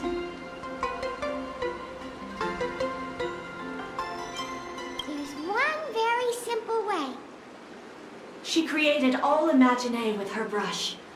Word has it, she waits at the end of the world in canvas to see off those whose time has come. But every Imaginae we've seen is, of course, dead. So, dying is the only way, huh? These three aren't just fakes. They're also wackadoodles.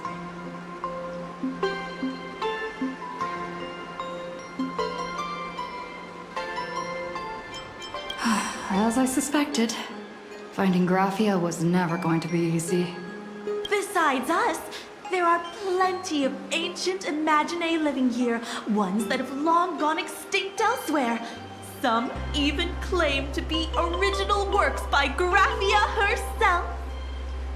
If you're serious about finding Graphia, you should try asking them.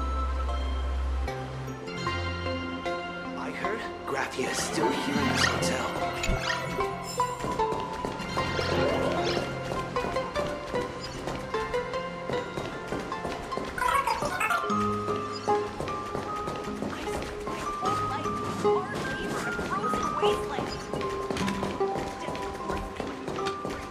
Only your reputation can keep you safe.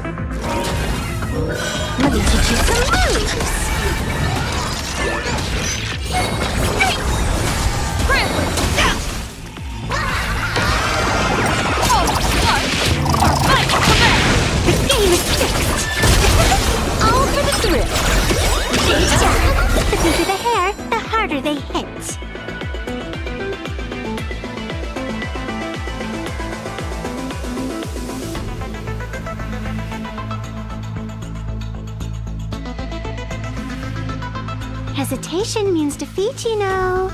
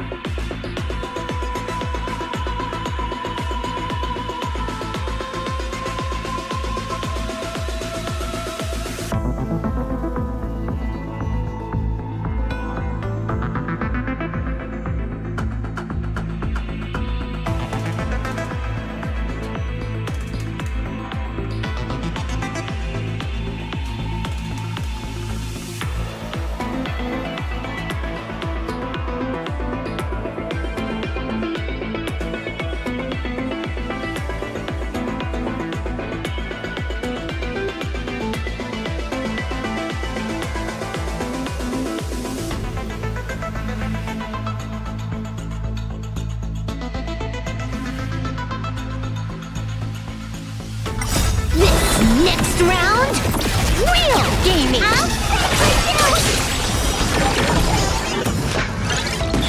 bonus round.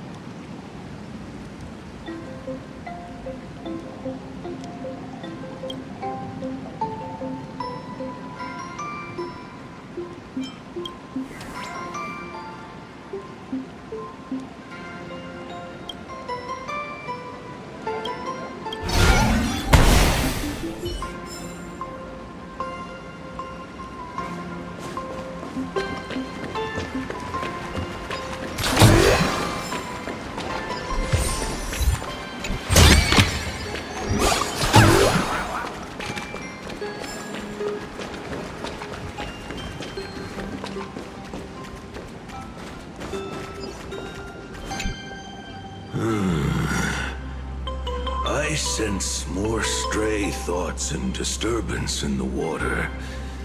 The imaginae of today are far too restless.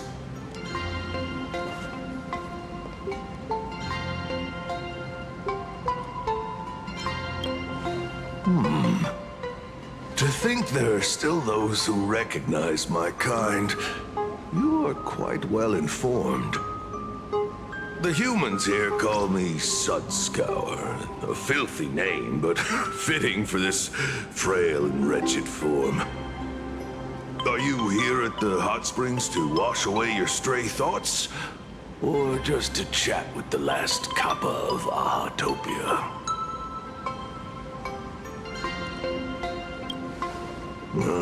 As you see, my kin have either been swallowed by the muddy currents or have fled into the canvas.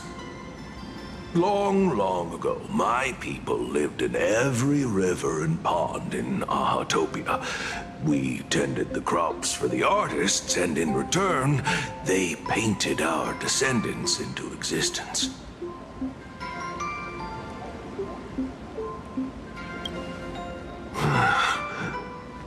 It is hard to leave one's homeland. Even when my kin have entered the canvas, even when the waters here are no longer clear, and even when the new Plu tribe has replaced us, this is still my home. It needs someone who remembers the old days. As long as I remain, the Kappa line is alive.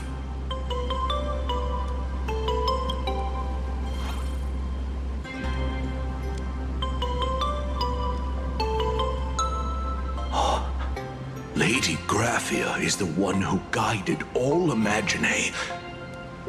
Her name shines like moonlight through my dimming memories.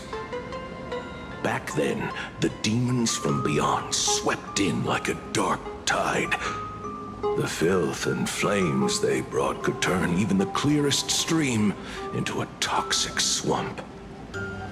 We Kappa were weak and could only shiver at the bottom of the rivers. But it was Lady Graphia who found us.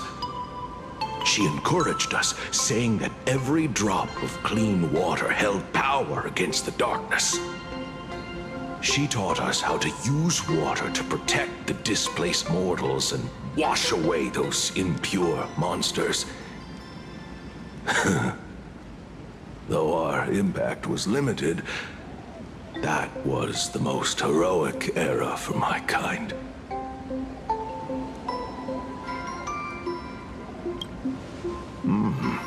Legend says that when she was a painter, she was a woman of radiant beauty. But in my fading memories, on the battlefield, she was a warrior with flowing red hair and pigment-stained armor. Some say she fought like a demon, but to me, her eyes shone brighter than the smoothest river stone. If you seek clues regarding Lady Graphia, you should visit the mountain behind the hotel. There are atonement statues left by Imaginae there, filled with their prayers. It is also the site of Graphia's former residence. Casper likes to wander around there. He is a strangeling far older than I. Perhaps if you play in the snow with him, he might show you the way.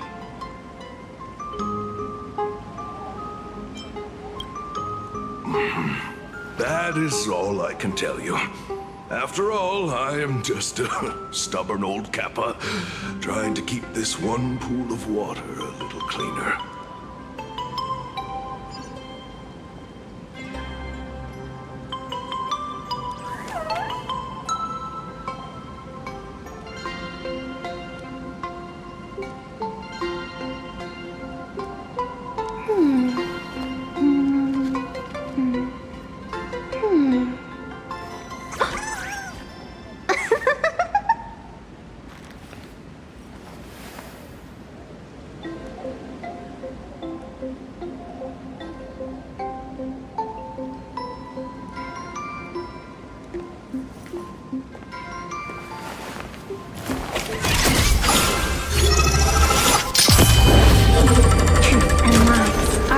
Break apart. Only the heart can judge.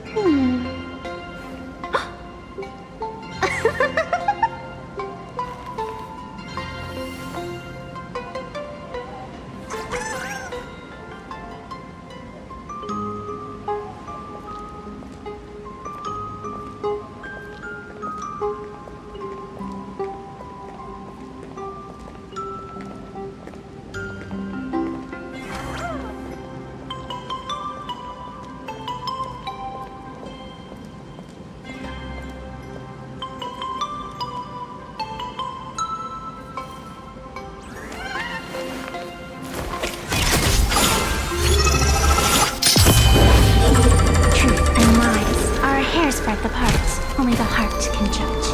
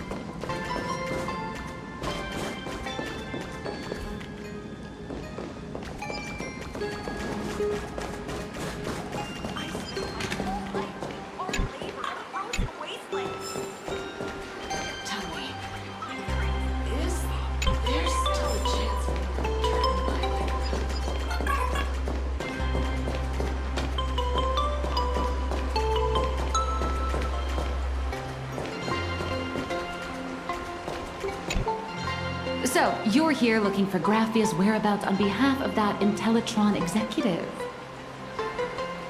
I think it's unlikely that the mother of Imogenesis will see her.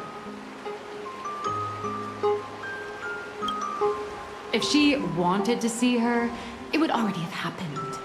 The IPC has practically turned the world and canvas upside down. You know this, right?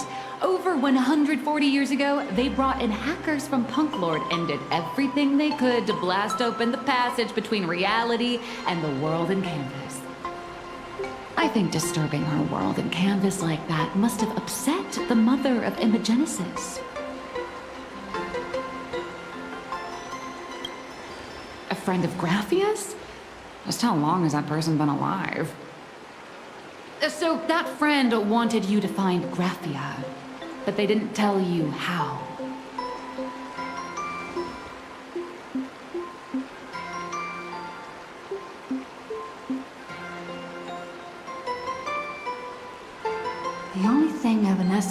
that could be a token is the mask she painted herself, right?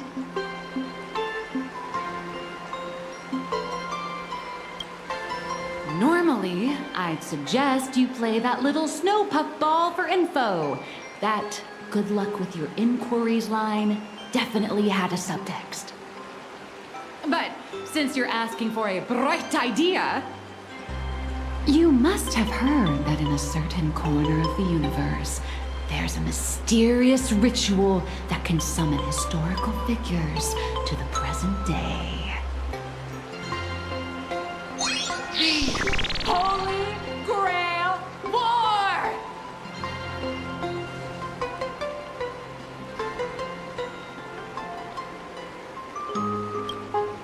Oh, right! That was your big adventure in Penacony. Oh, nice. I hope Plain Arcadia holds one too. Then I don't need to explain the method. First, we need a catalyst. Do you have Graphia's brush or palette? Doesn't look like it. No matter, Miss Kalt has got you covered. We use leyline resonance. This hotel is built on Graphia's former home. It still has a connection to her, like that vibrant golden tree.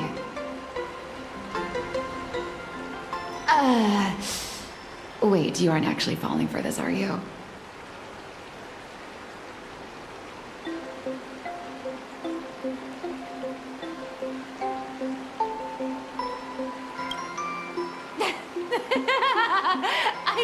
I was just kidding. Sorry. I was just trying to lift the mood. Oh, honestly, I'm a chronic deadline misser who can barely save her own skin. How am I supposed to help you? I've heard enough. Break time is over, Miss Nihilux. Now that you understand your situation, stop wasting time. Start drawing! I just checked in and I have to work already? I'm not some fully automated painting Mechatron. You do know that, right? A Mechatron can run for hundreds of hours straight. You cannot. That's exactly why every second counts. Now right this second, start increasing your value as a quality asset. Hey, wait! This is kidnapping! Little raccoon, help me!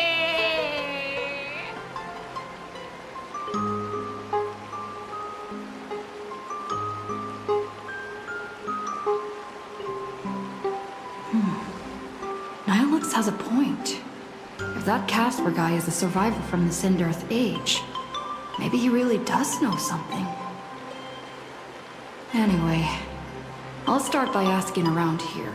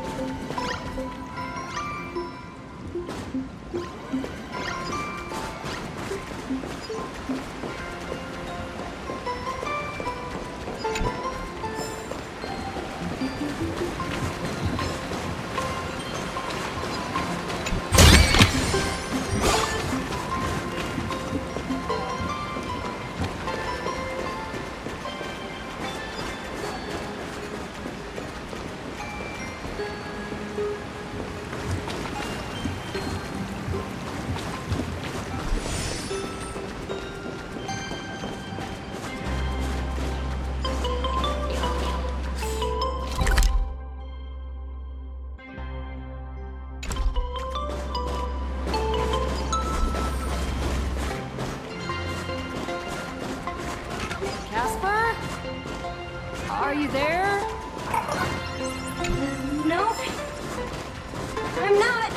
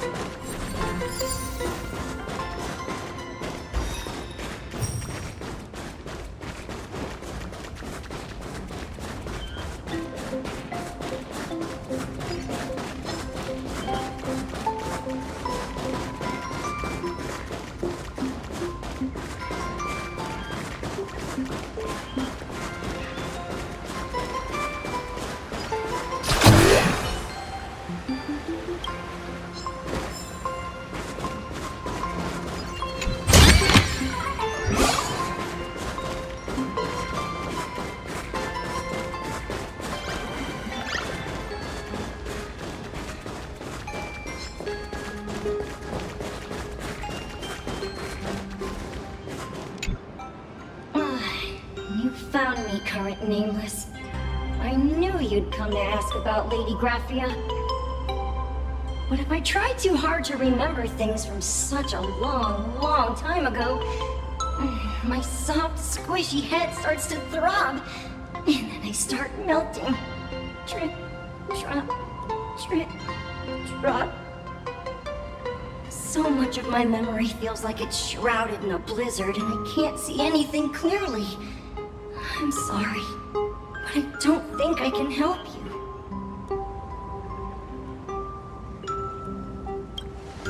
A snowball fight? The game, the name, it feels so familiar. It feels like I had snowball fights every single day a long time ago. Shaping the snow into balls and flinging them at whatever strange intruders came barging in. Well then, come at me, Nameless. I'm a snowball fight veteran. I won't lose.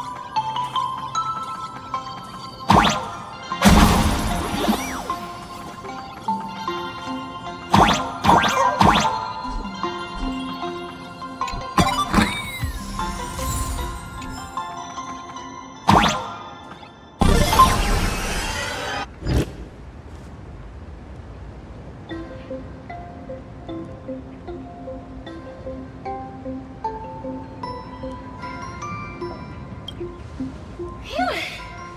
Things from the Cinderth Age are still a bit blurry. But I definitely met Lady Graphia. I had snowball fights with her. She was a great painter who led us in snowball fights. She'd even paint portraits for everyone. Back then, when we wanted to see her, we'd go to her doorstep, light the ground lamps, and shout, "Snowball fight!" Then Lady Graphia would poke her head out of the window upstairs, unfurl the scroll, and whoosh! Slide right down into the snow. Then we'd have snowball fights against the Void Rangers together, under the giant moon.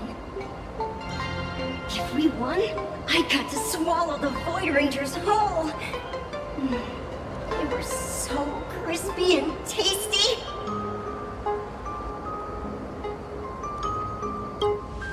There was someone else. Just thinking about them makes my blood boil. He was a snowball fight master. I remember one time 8 of us teamed up to challenge him. But that guy knocked us all down with his snowballs like it was nothing. All from so far away. 6 of my friends were lying on the ground feeling beat. Losing the game got everyone so down that no one uttered a word. As for me, I think I got hit right in the neck. I saw my own giant body thud onto the ground, and my chin felt ice cold. 8 people? In the Phantasmoon games? Perhaps Snowball Fight is a euphemism for the Cinderth Age Wars? So, in that round of the Phantasmoon games, Graphia must have fought a terrifyingly powerful opponent. It seems only she and Casper survived the fight.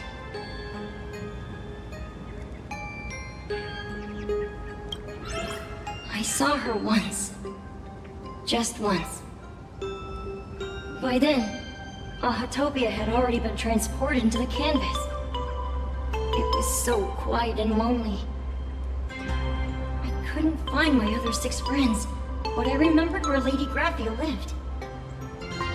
So, I went to her front door again, lit the ground lamps and shouted, "Snowball fight!" It felt like only a second had passed. Just the blink of an eye, yet somehow it also felt like forever. At last, I saw her drift out. She held me and cried, saying, "I'm sorry, and you've done well," over and over. It was just one lost game. We could have just won it back some other time, but that was the last I saw of her.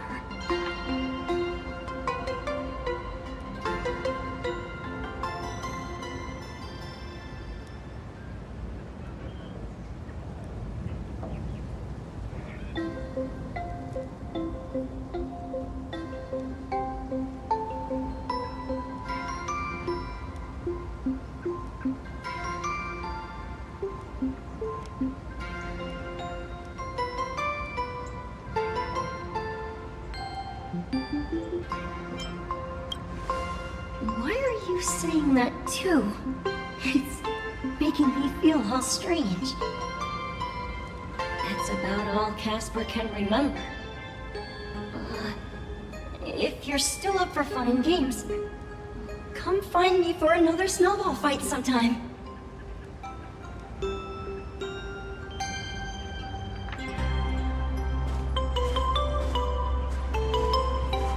So, to summarize, Casper likes to light the ground lamps and call for her near Graphia's old home. Now, where can I find those ground lamps?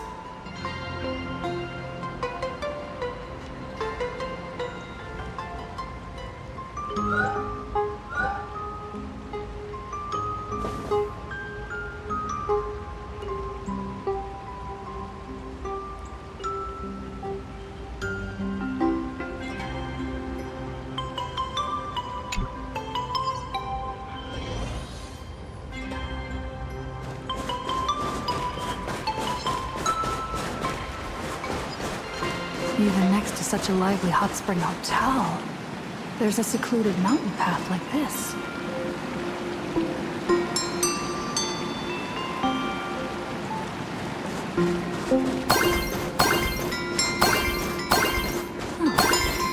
These atonement statues all look like small animals.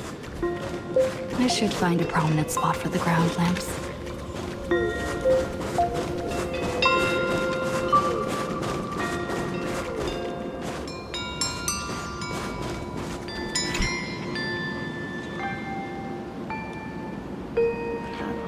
These two little lamps don't look reliable at all.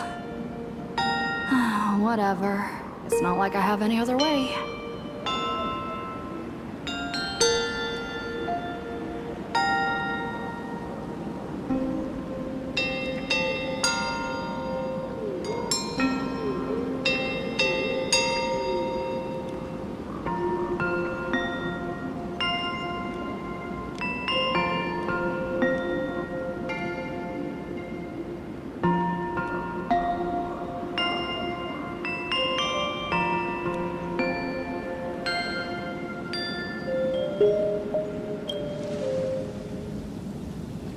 Who dares disturb my 1,000-year slumber?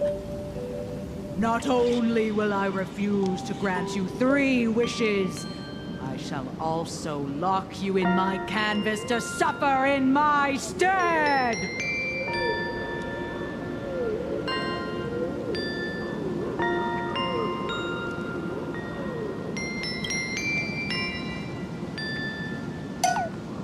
Thanks for the invite. I'm not quite dead yet, but I don't feel alive either.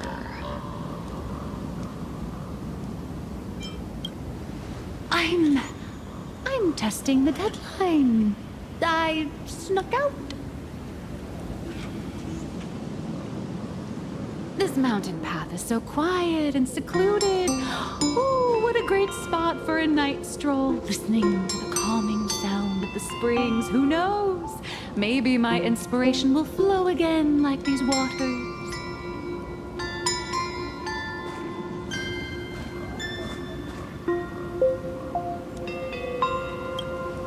I was hoping to find some inspiration out here. With those 2 goons breathing down my neck, anyone would hit a complete creative block. Look at this old stone statue! Ooh, doesn't it look like Himicat? I just reached the real versus fake Himicat arc in my comic.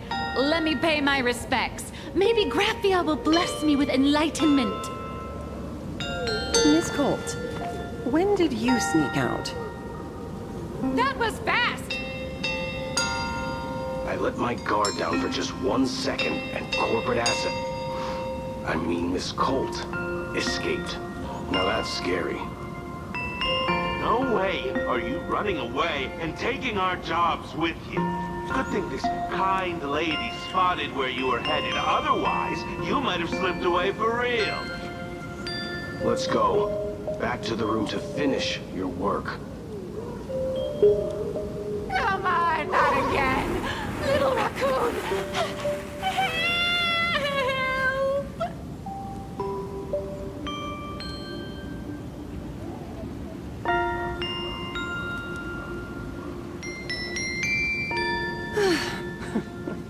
Being an artist sure is grueling. I remember being held in a room and watched by 6 or 7 people, too.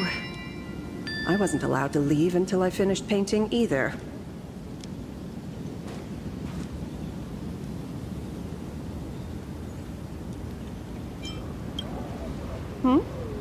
You're asking me? Weren't you the one searching so desperately for me? My name is Murata Graphia, guardian of the world in canvas. It is a pleasure to meet you, nameless of the Astral Express. You're saying you are Graphia? Huh. She really does look a lot like Himiko.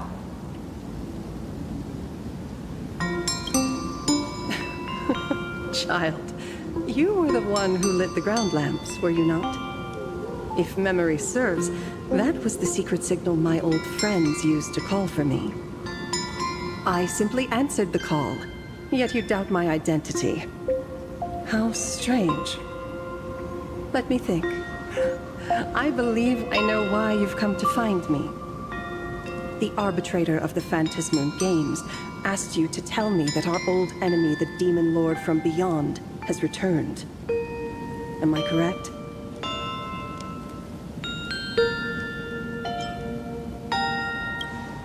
Since Ahatopia's in canvassing, Evanescia and I agreed to guard reality and the world in canvas separately, never to meet again.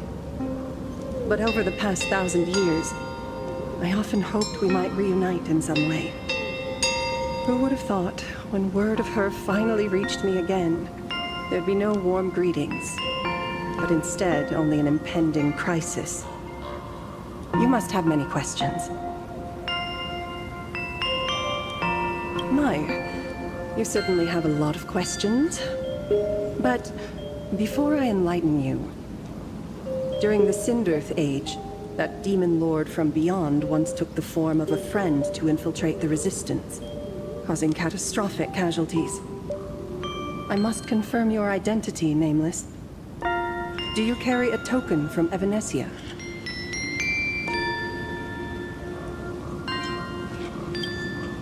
She painted a supplicant's mask for you.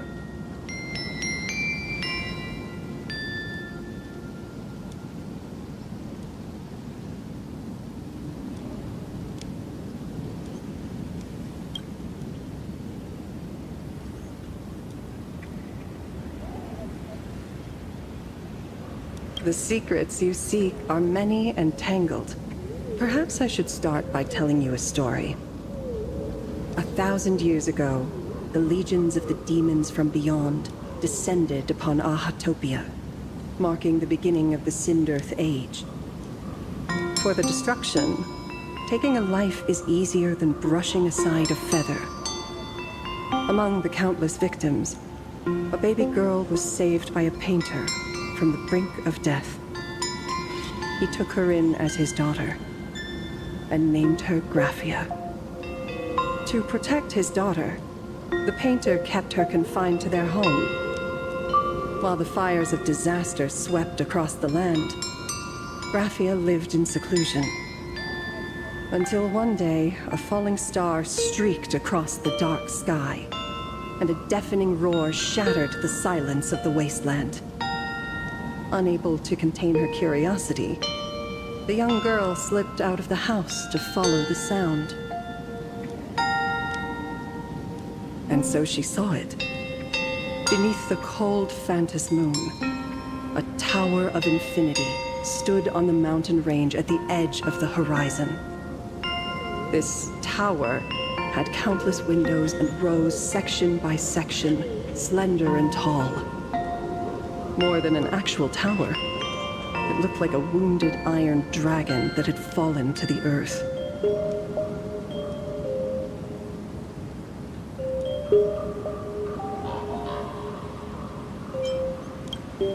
Indeed. That tower, which stood only for a moment, was the crashed Astral Express. And Graphia's family name, Murata, came from the wondrous sight she saw. At the time, the wrecked train was surrounded by countless abominable monsters. Amidst these foul enemies, a few warriors in strange attire fought tirelessly. But they fell, one by one, unable to withstand the endless tide of monsters. It was only much later that Graphia understood that those who fought and died for Ahatopia shared a common name. The Nameless, who walked the path of the Trailblaze. That was the day that Graphia stepped into the mortal world. Her life as the mother of Imogenesis began. In a long, drawn-out war, fought at a severe disadvantage. She was forced to seek the aid of the Phantasmoon Games, attempting to use the mighty power of an Ionic ritual to lock the terrifying demon lord from beyond within a limited battlefield. This was also the first time in the history of the Phantasmoon Games that the 8 supplicants joined forces to confront a powerful enemy from beyond, the Lord Ravager, Asat Pramad.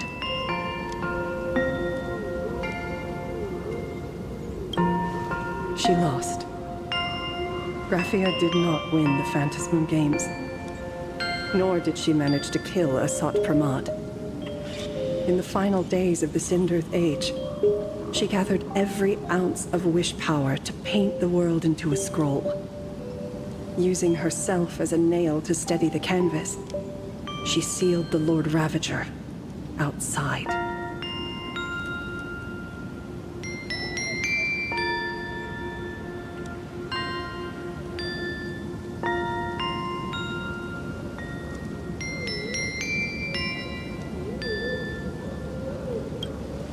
Yes. As long as the scroll still enshrouds reality, he won't be able to lay a finger on the Leviathan's remains buried deep within Ahatopia. The story is over. I have received Evanesia's message. I also have a token I'd like you to give her. Please, let us journey together to the other side.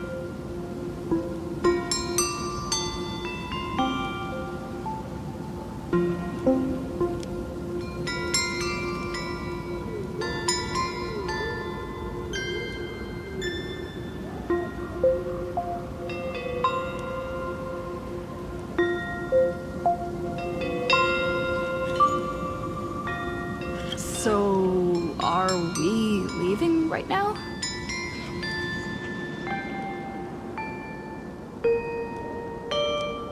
No, there is no need to rush. You have a friend here who is lingering with a heart full of farewells. You mean... Wait. Follow this path down to the riverbank of Myriad Wish Grove. You'll find many Wispe gathered there. When you are ready, choose a Wispe. Whisper Graphia's name and your wish to cross over to the other shore. Then release the Wispe into the river. When the time comes, I will bring the ferry to deliver you into the canvas. Graphia vanished? How elusive. Anyway, I should head to the riverbank of Myriad Wishgrove first.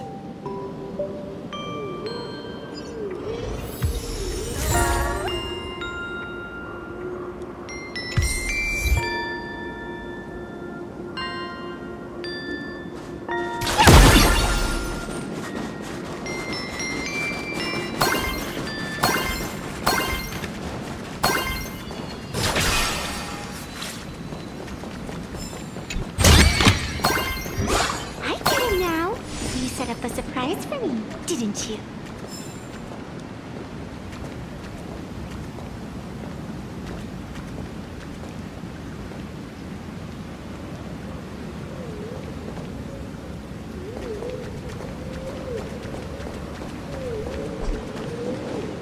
I've heard that in the same forest, giant trees will fight each other for nutrients. How about this? We just feed Shuhu to that tree in the courtyard. It would save us a long trip. Say something. Didn't know you were a forestry expert. I'm not joking. I'm serious. If the Elwood absorbed another emanator of abundance, it would likely bring about an even greater catastrophe. Right now, there is no other option besides the Veracity Husk. If the abundance grows too strong, the Ambrosial Arbor loses control, and the Arcadia is doomed. If the abundance is too weak, the husk spirals out of control, and the Arcadia is doomed just the same. It's called an Arcadia, but the whole thing is built on a razor's edge. Does that mean the essence of the elation is just dark humor? You're afraid. I'm not. I respect your choice.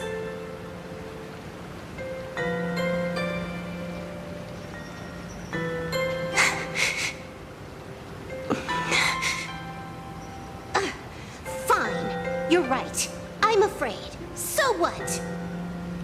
You don't think I know what that Xianzhou person meant? 1 in 10 chance? There is no chance at all. Listen, I just can't stand by and watch one of my kin sacrifice himself. Kin. What else? Friend? Colleague? Playmate? The guy who carries my bags when we go shopping? I suppose all of those fit. Fit? How? Sometimes I can't tell if you're actually dumb or just plain dumb. I hear you. Just assume it's the former. Simpler that way.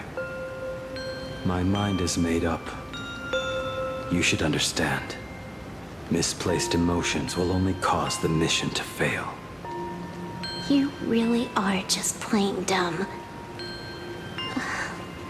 To be honest, I'm the same way.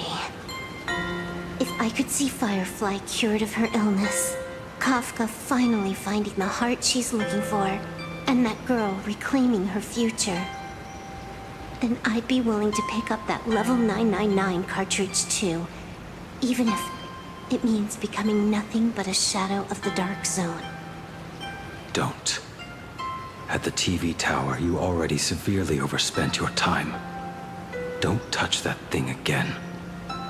Besides, why are you telling me this? You should tell them yourself.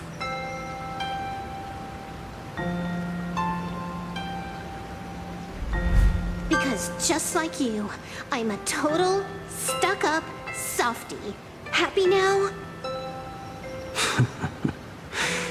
Feel better? No. Unless you give me a sincere apology and a proper goodbye, we're not settled. Not settled. Is that right? Fair enough. Whether as Ying Xing or as Blade, my journey has reached its end. Before the final verdict, I should say a proper goodbye to my kin. Who's there?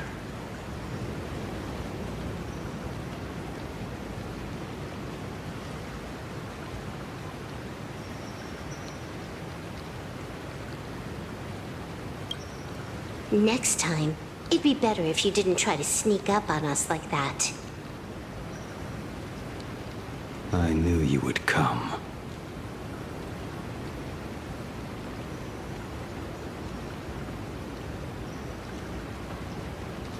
I met the legendary Graphia.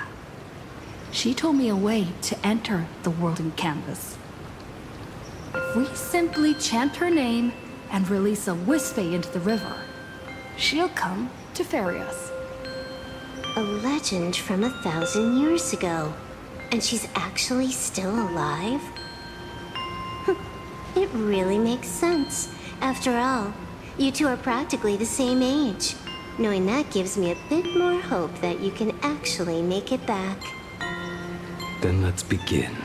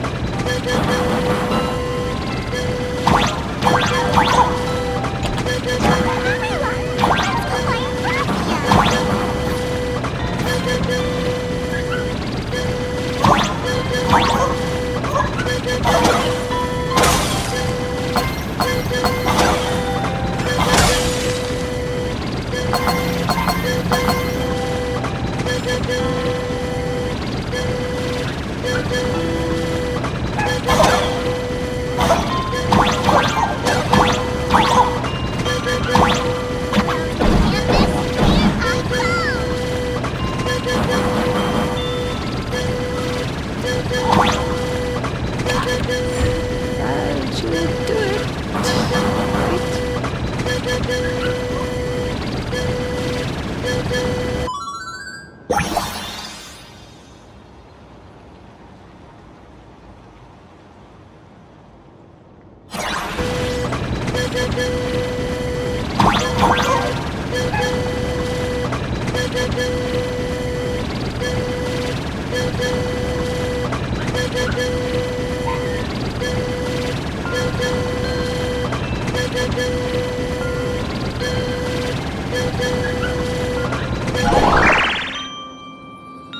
summon Graphia, mother of Imogenesis.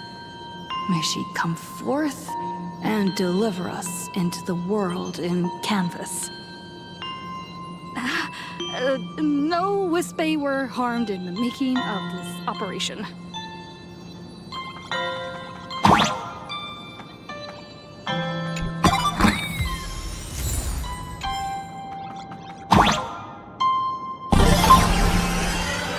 Graphia!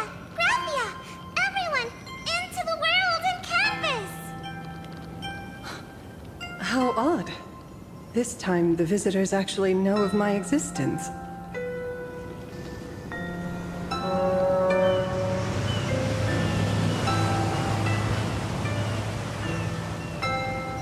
Strange.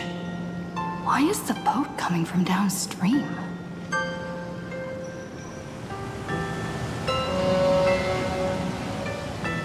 I heard your call, and have come by boat to guide you across.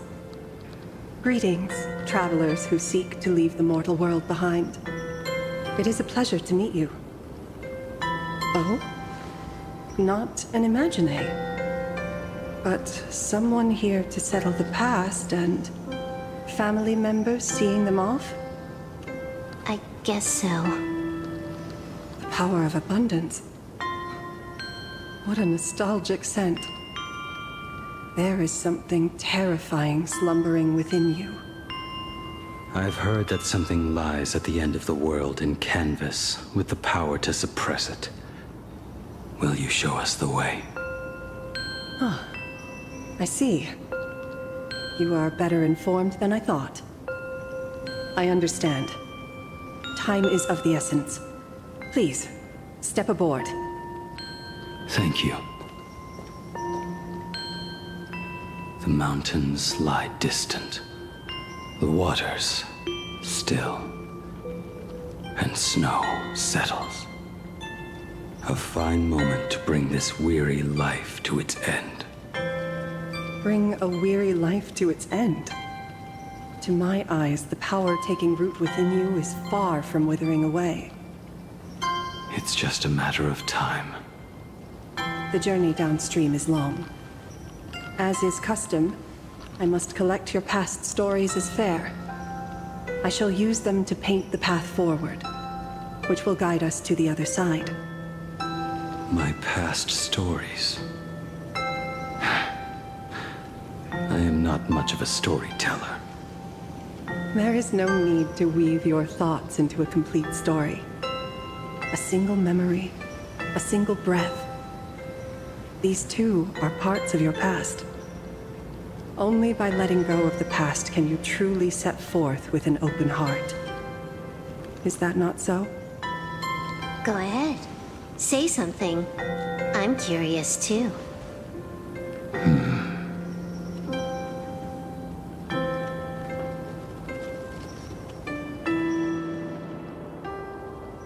Then, I shall begin with that lone island of Insumosu. It was a desolate wasteland, untouched and forgotten. Desolate. Perfect place to lay the dead to rest. Planted rusted, broken blades in the wasteland as a mark of my departure. Little did I know that even after joining the Stellaron Hunters, I would find myself returning there time and again, bringing along a few new swords with me. Their owners, some of them sought my life, only to fall by my hand. Others simply wish to see me one last time as their own lives flickered out.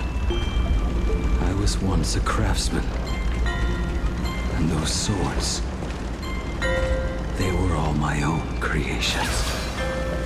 I erased those wordless monuments for my old friends, one by one, until they became a forest of broken blades. And what about me and my sword? When will it finally join them in that forest? I will follow your words with my brush and paint the ideal end.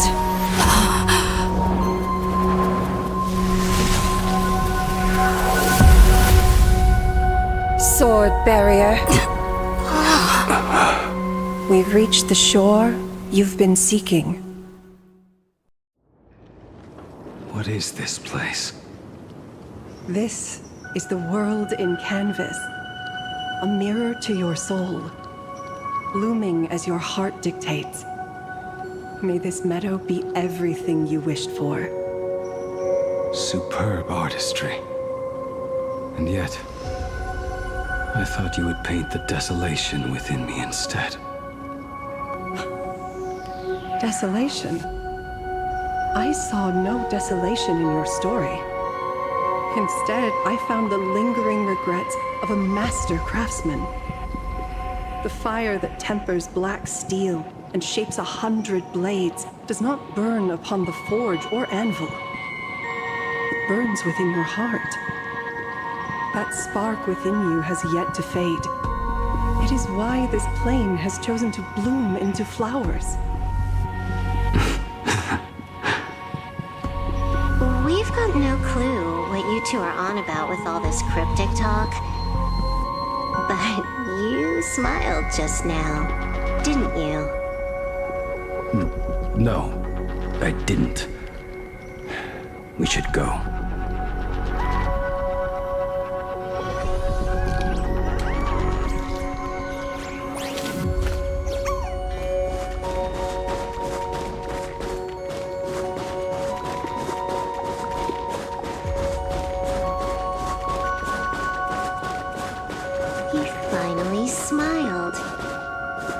Actually the one who can't even smile. This sucks.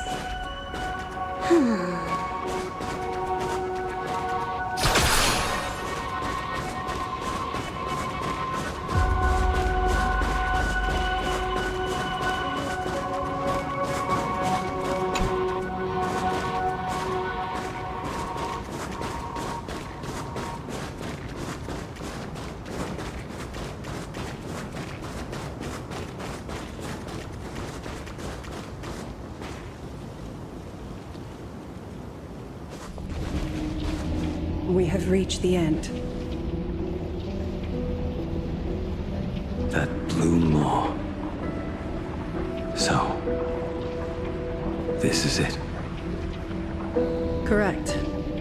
Driven by the buried secrets of Ahatopia, you have come seeking liberation. And now, I have shown you the silhouette of the beast's maw. If you should find a way to get out, I ask that you swear to keep this secret.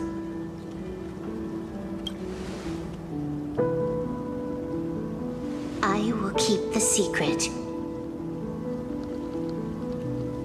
That blue maw, can it truly consume the abundance? Only a beast of insatiable hunger can end a plague of eternal growth. I have stood watch in this realm for a millennium, beholding the eternal conflict where the veracity and the abundance remain locked in strife. Oh, undying soul, the fate that awaits within those depths lies far beyond the reach of our conjecture. Perhaps you will vanish into nothingness in a mere heartbeat, or perhaps you will endure a millennium of gnawing, constantly regenerating only to suffer once more. with liberation remaining an elusive dream. Beneath that calm of yours, I can feel an old friend lingering. Agony. This is the price I must bear for becoming one with the canvas. You're telling me if he leaps, he has to stay down there and be torn apart for ages? I'm not okay with this. Yao Guang never said anything about this when we went over the plan. I have lived for nearly a millennium. I stopped wishing for a swift end a long time ago. If the Leviathan does not consume me utterly, then I am still alive. And until that moment comes, I will pin Shu-Hu to the anvil and swing my hammer once, twice, and again, and again.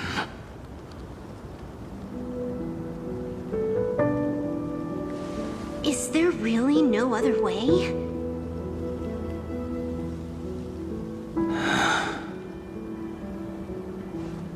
Silver Wolf, I was never one for sentiment. I'll only say this. In my past life as a smith, I made it a point to forge something for those friends I found tolerable. But ever since I joined the Stellaron Hunters... Oh, right, I get it. You want me to go back and take apart that box Kafka uses as a footrest, right? You already took it apart? A long time ago. Quite a few treasures in there. A master-crafted blade, a game controller, and a portable reactor. That's the armor core, reforged from the remains of the Glamoth Queen. Oh, and a cat-scratching post. When did you find out about these items? You? You mean we. We all found out. Think you hid it that well? Please, give me a break. We're a pro team, you know.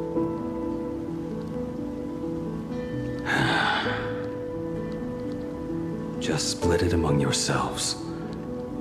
Consider it a keepsake. Kafka should be the one saying this, but... You are the most perfect blade the Stellaron Hunters could ever have.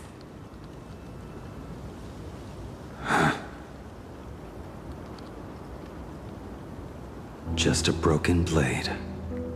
That is all.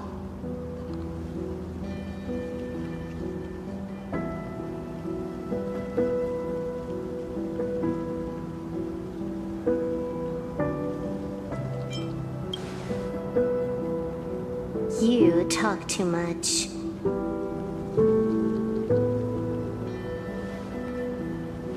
Before you go, you have something to say to her, too, right? To me? Don't take offense. It's just a few words. Before joining the Stellaron Hunters, I once lost myself. Unable to see the future, yet unable to reclaim the past. Just like you when you were first reborn. Whether we chose this path, or were forced onto it. Leave no room for regret. And never deny the path you've traveled.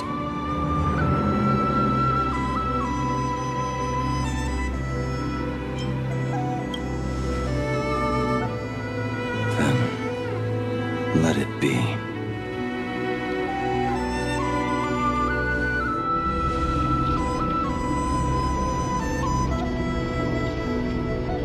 It's time.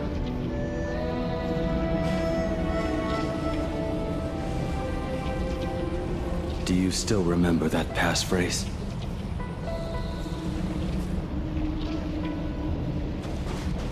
No need to step forward. Just recite it in your head. 3 of a kind. 2 pair. Ace. Go.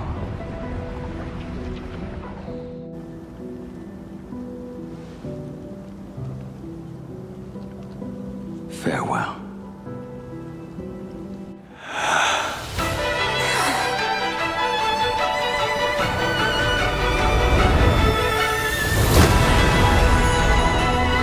Let everything end, or truly begin.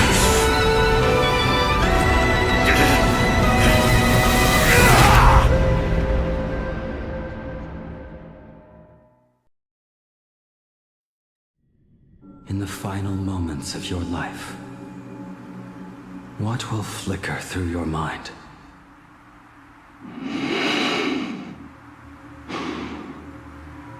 The devouring. Has it begun? How much time has passed?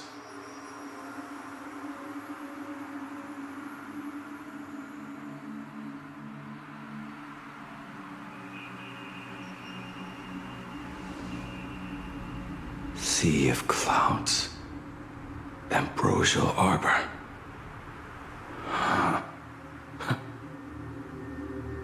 To think that with death so close, this is the scenery my dreams would conjure. My heartbeat. It's barely audible now. Shuhu. Are you still alive? Am I still alive? Finally woke up, Yingxing? Master. I am sorry. You have the wrong person. I am not Yingxing. Huh. A lad your age, yet your head is more muddled than mine. You're talking nonsense in your sleep, boy. It has been ages since we last met. Tell me, have you let your craft go to waste? Your master wishes to see what you can do. Not a sweet dream of toasts and laughter, nor a nightmare of clashing steel. Instead, it is a dream of returning to the very beginning, to confess my sins before the master who taught me everything. Typical. This is a standard issue sword I forged for the Cloud Knights, back when I first began my training.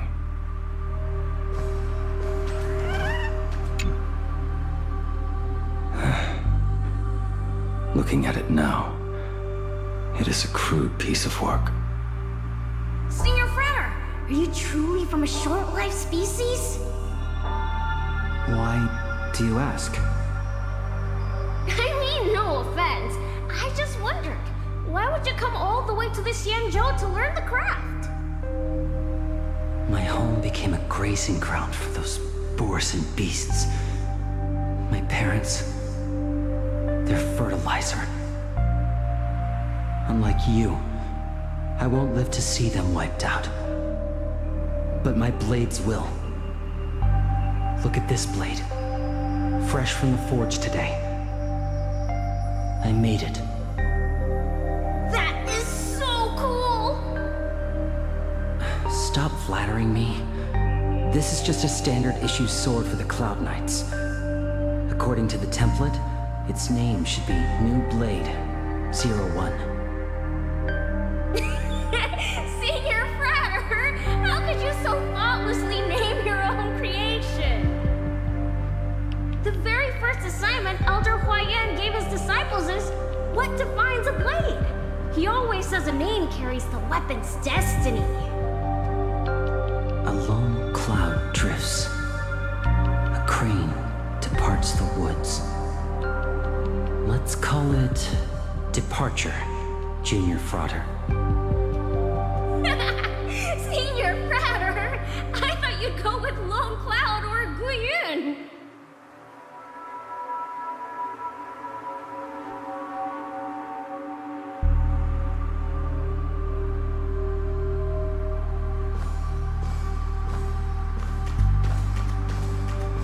Bai Hung, and that bow I forged for her.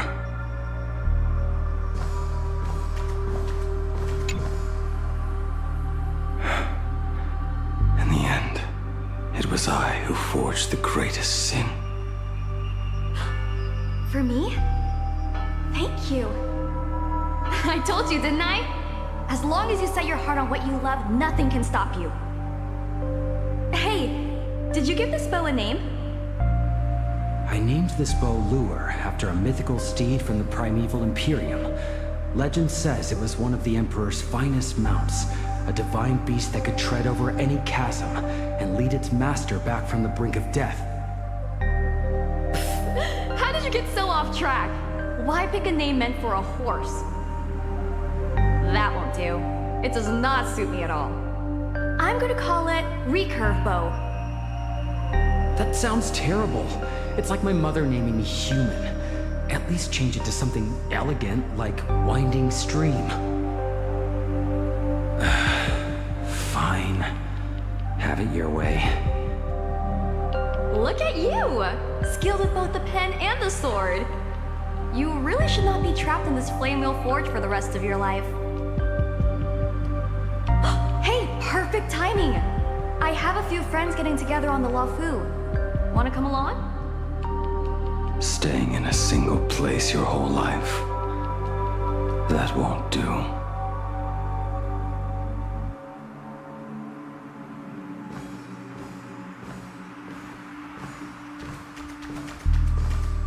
Jing Yuan's Devastator Glaive. The weapon I promised to forge for him all those years ago.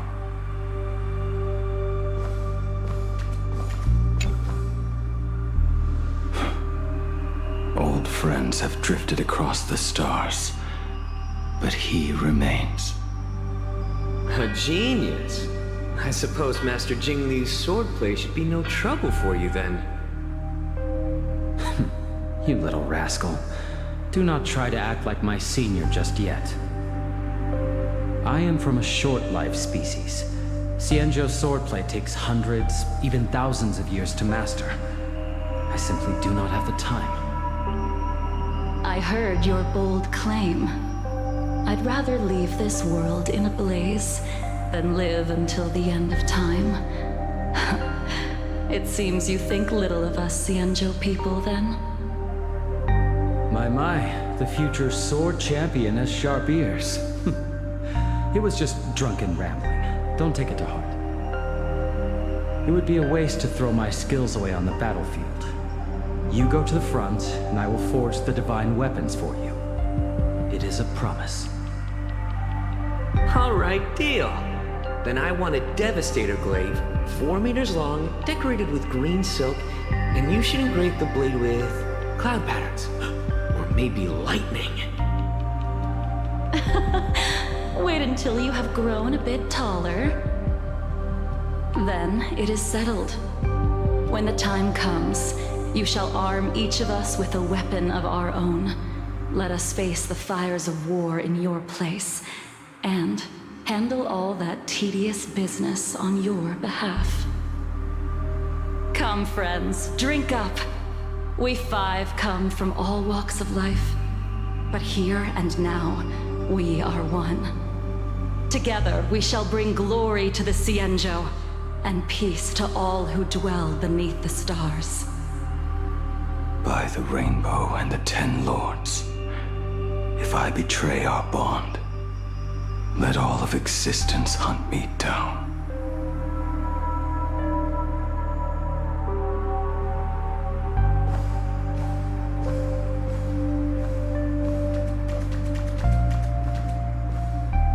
The prosthetic arm and sword staff from Mr. La Mancha were works created by my master and me.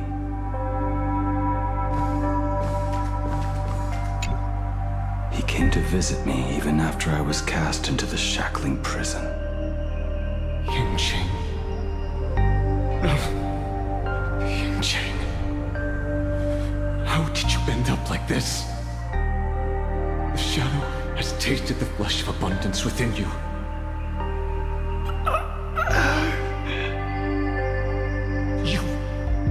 You cannot even speak anymore. Ying-Ching, look at me. Lift your head. It was only thanks to you and your master that the shadow of veracity was sealed. I owe you both a debt of gratitude. So I have but one question. Do you want out? If so, just nod. There is always a way out. Just give the word, and I will carve a bloody path to get you out, right now.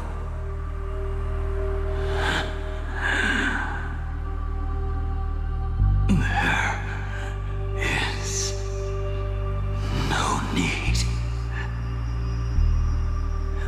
I must atone for my sins.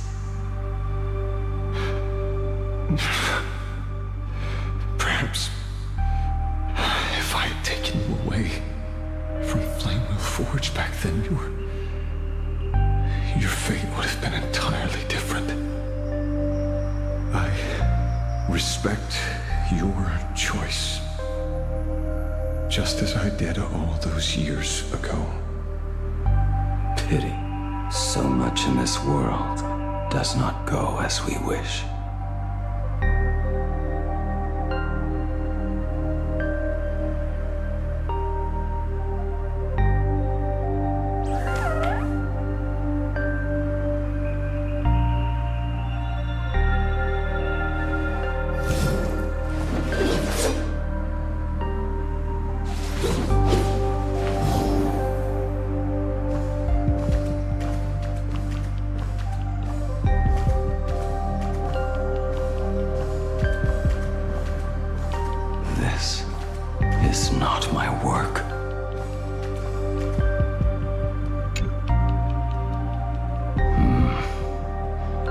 This was where my life as Blade began.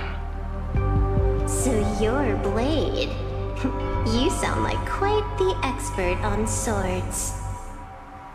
Oh, good timing. What do you make of the sword she's carrying? The blade itself is fine, but the technique is wrong. Swordsmanship is no song and dance. Power starts at the feet. Only when the eyes and mind follow through will the strike land. My, oh my, Bladey. You really are the ultimate blade critic. Since you have so much to say, Master, why not forge a legendary blade for each of us? I put down the hammer a long time ago. My hands cannot do what my mind wants anymore.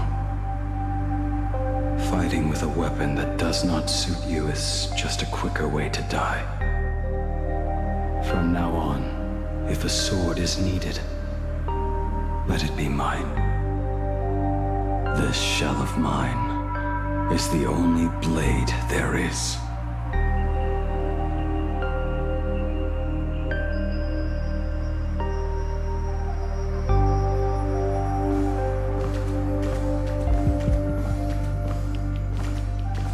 A weapon given by Ying-Ching to an old friend.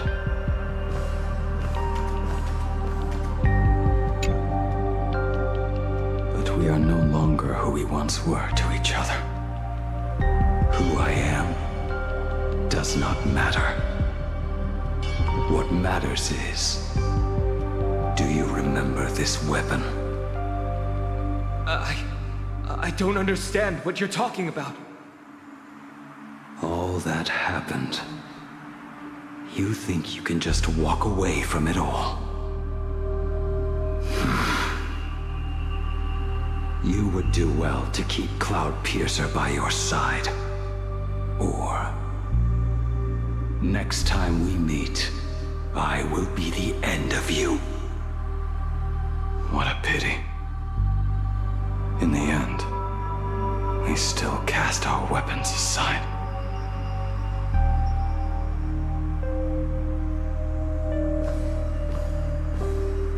Apprentice, come here. Finally. Is the end in sight?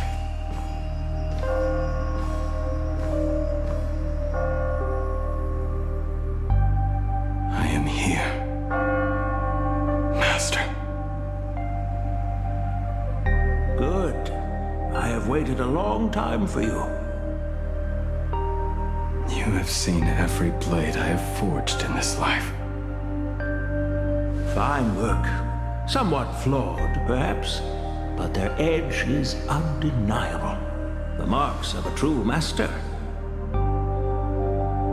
Gazing upon the weapons I forged in days past, I can only feel a surge of endless regret.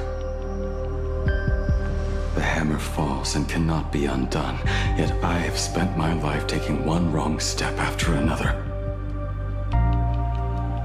I betrayed my friends and broke my oaths. Even with these divine blades, I failed to protect those I held dear. My hands are stained with blood. I loathe the reflection it casts back from my blade. But what weighs heaviest on my soul is the debt I owe you, Master. In this life, I fear I will never have the chance to repay it.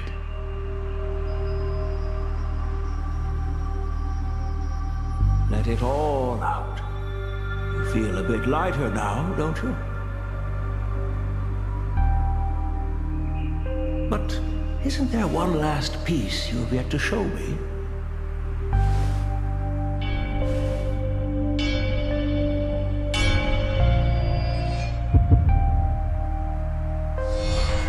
It is yet to be named, has it not? That is a mere scrap from the forging of Shard's sword. I hid it away, fearing it would bring shame upon our school. Master, how did you... Can a mere boy keep secrets from his master? I entrusted General Liao Guang to bring it to you. Since the day you left, I have kept this blade hung in the hall, gazing upon it daily. That raw, youthful spirit within it, it burns to the touch. It is the same light that shone in your eyes the day you bowed to me. It is the keen edge of a craftsman. I am but rusted scrap now. My light has long since faded. This is where I belong. Buried.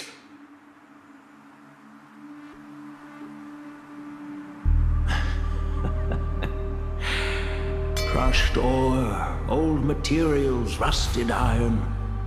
As craftsmen, we spend our entire lives in such company. Waste not the bounty of the world, but perfect it through craft. To take what is useless, to take every failed scrap and forge it anew. Isn't that our very mission as craftsmen? Even for a life that has reached its end. A life built on nothing but mistakes. As it is with the work of a craftsman, so it must be with the life of a craftsman. Do you still remember the question I once asked you? What defines a blade?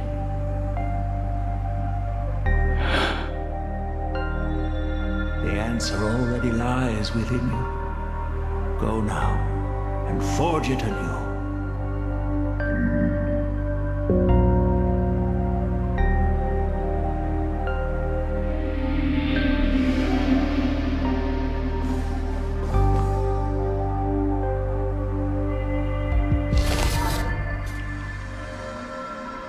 Forge it anew. Interesting. Now I wish more than anything that I could just live a bit longer. Beauty himself said that back when he was nearing his end. Shoo.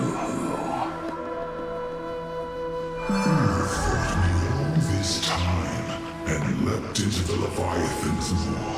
Nothing more than a bit to drag me down with you.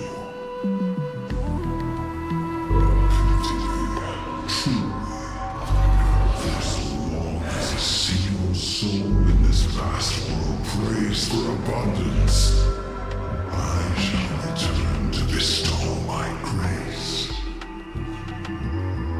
And now, I have come in answer to your prayer. Within the Leviathan's maw, I shall grant you 1,000 years of agony, as your flesh will be remade, only to be devoured again and again. You shall find no release. Is this not exactly what you call forge it anew? Poor child. You and the Central citizens are always so short-sighted. Trapped in this waking dream called life, you cling to what is gone and tremble at the thought of being forgotten. Yet when I come to carve through your flesh and awaken your minds, you spurn my beautiful gift. You were once a master craftsman. You should know best about the beauty of shaping. I can grant you the power of reshaping life and death, bringing those you loved and lost back to life. Let your friends return to this world again and again, giving you the chance to right every single wrong. Righting wrongs. You mean by carving out more walking husks like me? Things that crave an end they can never reach? That is but a fleeting pang, a necessary tempering on the path to eternity. If you persist in spurning this gift, this law shall become your prison for all time. Your body will churn for millennia, caught between being digested and reborn. Every inch of your flesh will remember the agony of being ground to pulp, until your very will dissolves into nothing, leaving only a hollow husk that can cry out my name. Are you done talking? Do you truly believe that I am the only prisoner here, Shuhu? You are the one bound most tightly by your chains.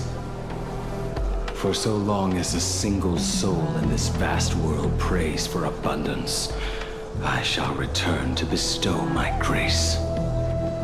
You are nothing but an echo of them, a slave trapped within your mission of compassion. You mock our obsessions. You are Yao Shu's most pathetic prisoner. Are you trying to provoke me? No. I am pronouncing your sentence. I never dove into this abyss for the sake of a mutual end.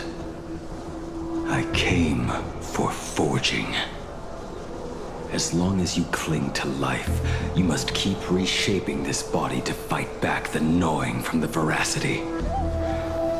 And that struggle is exactly what I want. Let the maw of this Eon husk be the furnace. Let our undying flesh be the iron. And let death, 1,000 times over, be the hammer. Right here, I shall forge and recast you again and again. Not to destroy you, but to create a cage that can hold you prisoner for all eternity. And the thorns of this cage shall forever be aimed at that savior who branded you with your mission. Yaosha, are you ready to turn your vengeance against your god?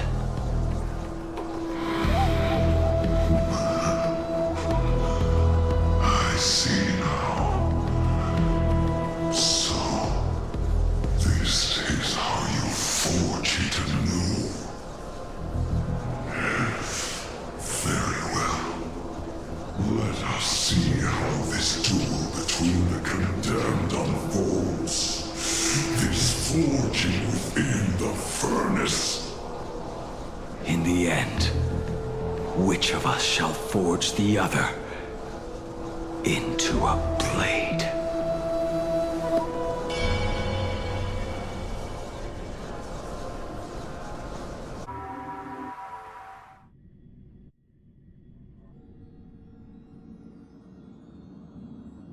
When reunited with family after a 15-year separation, 22% of organic life forms will weep and embrace, whereas 59% will exhibit indifference or outright rejection. Yet, choosing to conduct a covert investigation instead is entirely unheard of. You harbor suspicions regarding Mr. Ryusuke. Why is that, Miss Himiko? Before Star Rail Fest began, I stopped by his office to look for the family's records on the Phantom Moon games. Out of concern, or perhaps curiosity, I leafed through his portfolio. The artwork was magnificent, with each piece serving as a microcosm of a different planet. That was when it suddenly dawned on me. 5 of the worlds he captured in these paintings are now gone. Lost to the fires of war waged by the Antimatter Legion.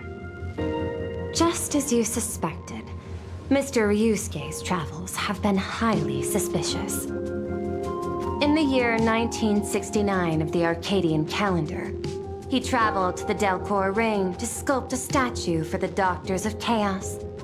2 years later, the IPC received word that the last local resistance group had rejected all aid and launched a suicide charge against the Legion. Also, in 1984 of the Arcadian calendar, he traveled alone to the planet Goliath's Shepherd. After a century of resistance in the fires of war, the planet was officially declared dead 9 years later. Both incidents point back to a single culprit. The Lord Ravager Asat Pramod. However, there is also evidence suggesting that Mr. Ryusuke was still in Plain Arcadia when Asat Pramod appeared. Additionally, the IPC recovered a commission he received. It read, "Please carve a trace of our lasting glory, just before the world meets its destruction." He accepted the commission, even though he knew the Legion had surrounded the planet? Legends of the Graphia clan abound within Plain Arcadia. To this day, many believe the Weathering Curse is a scar seared into your very bloodline from Graphia's struggle against the Legion. Conjecture. Mr. Ryusuke was tracking the demon from beyond. He likely believed that finding him was the key to breaking the Graphia clan's curse. Any other conjectures? There is another possibility. Please forgive me if this sounds out of line. There is a 52% probability That Mr. Ryusuke was being used by Asat Pramad. He might have even chosen to work for him. I'll have a word with him. I'll leave it in your hands, Miss Himiko. Dad? Do you have a minute to talk? I do. I'm 1000% free for you.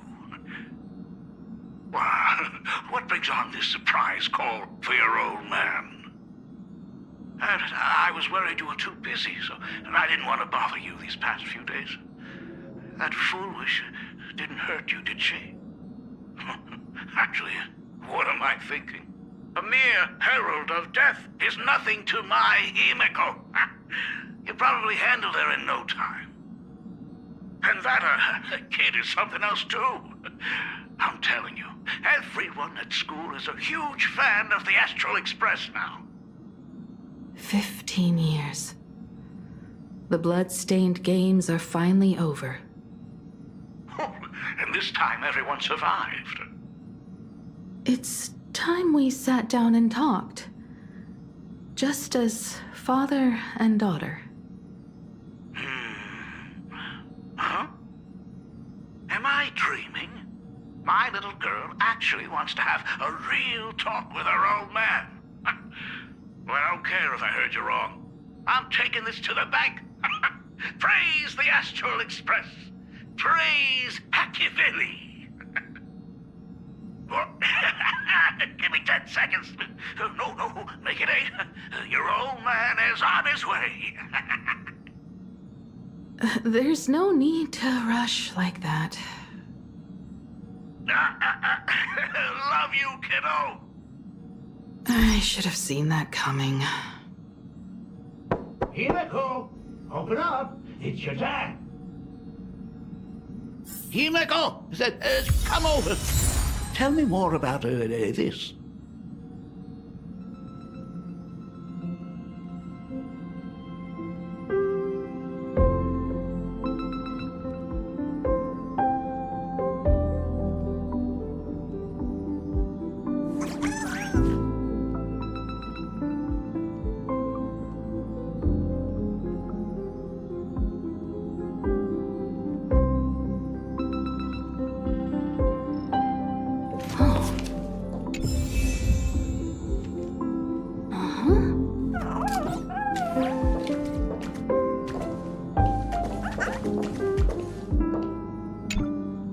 I originally planned for us to meet at the school, but since you're already here, let me show you around the Express.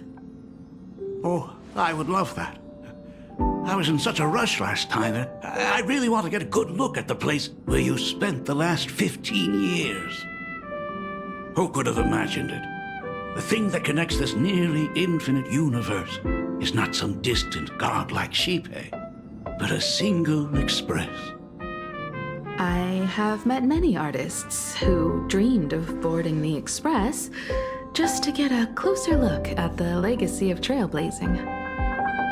So I am curious, how will the great artist Ryusuke evaluate it? Me?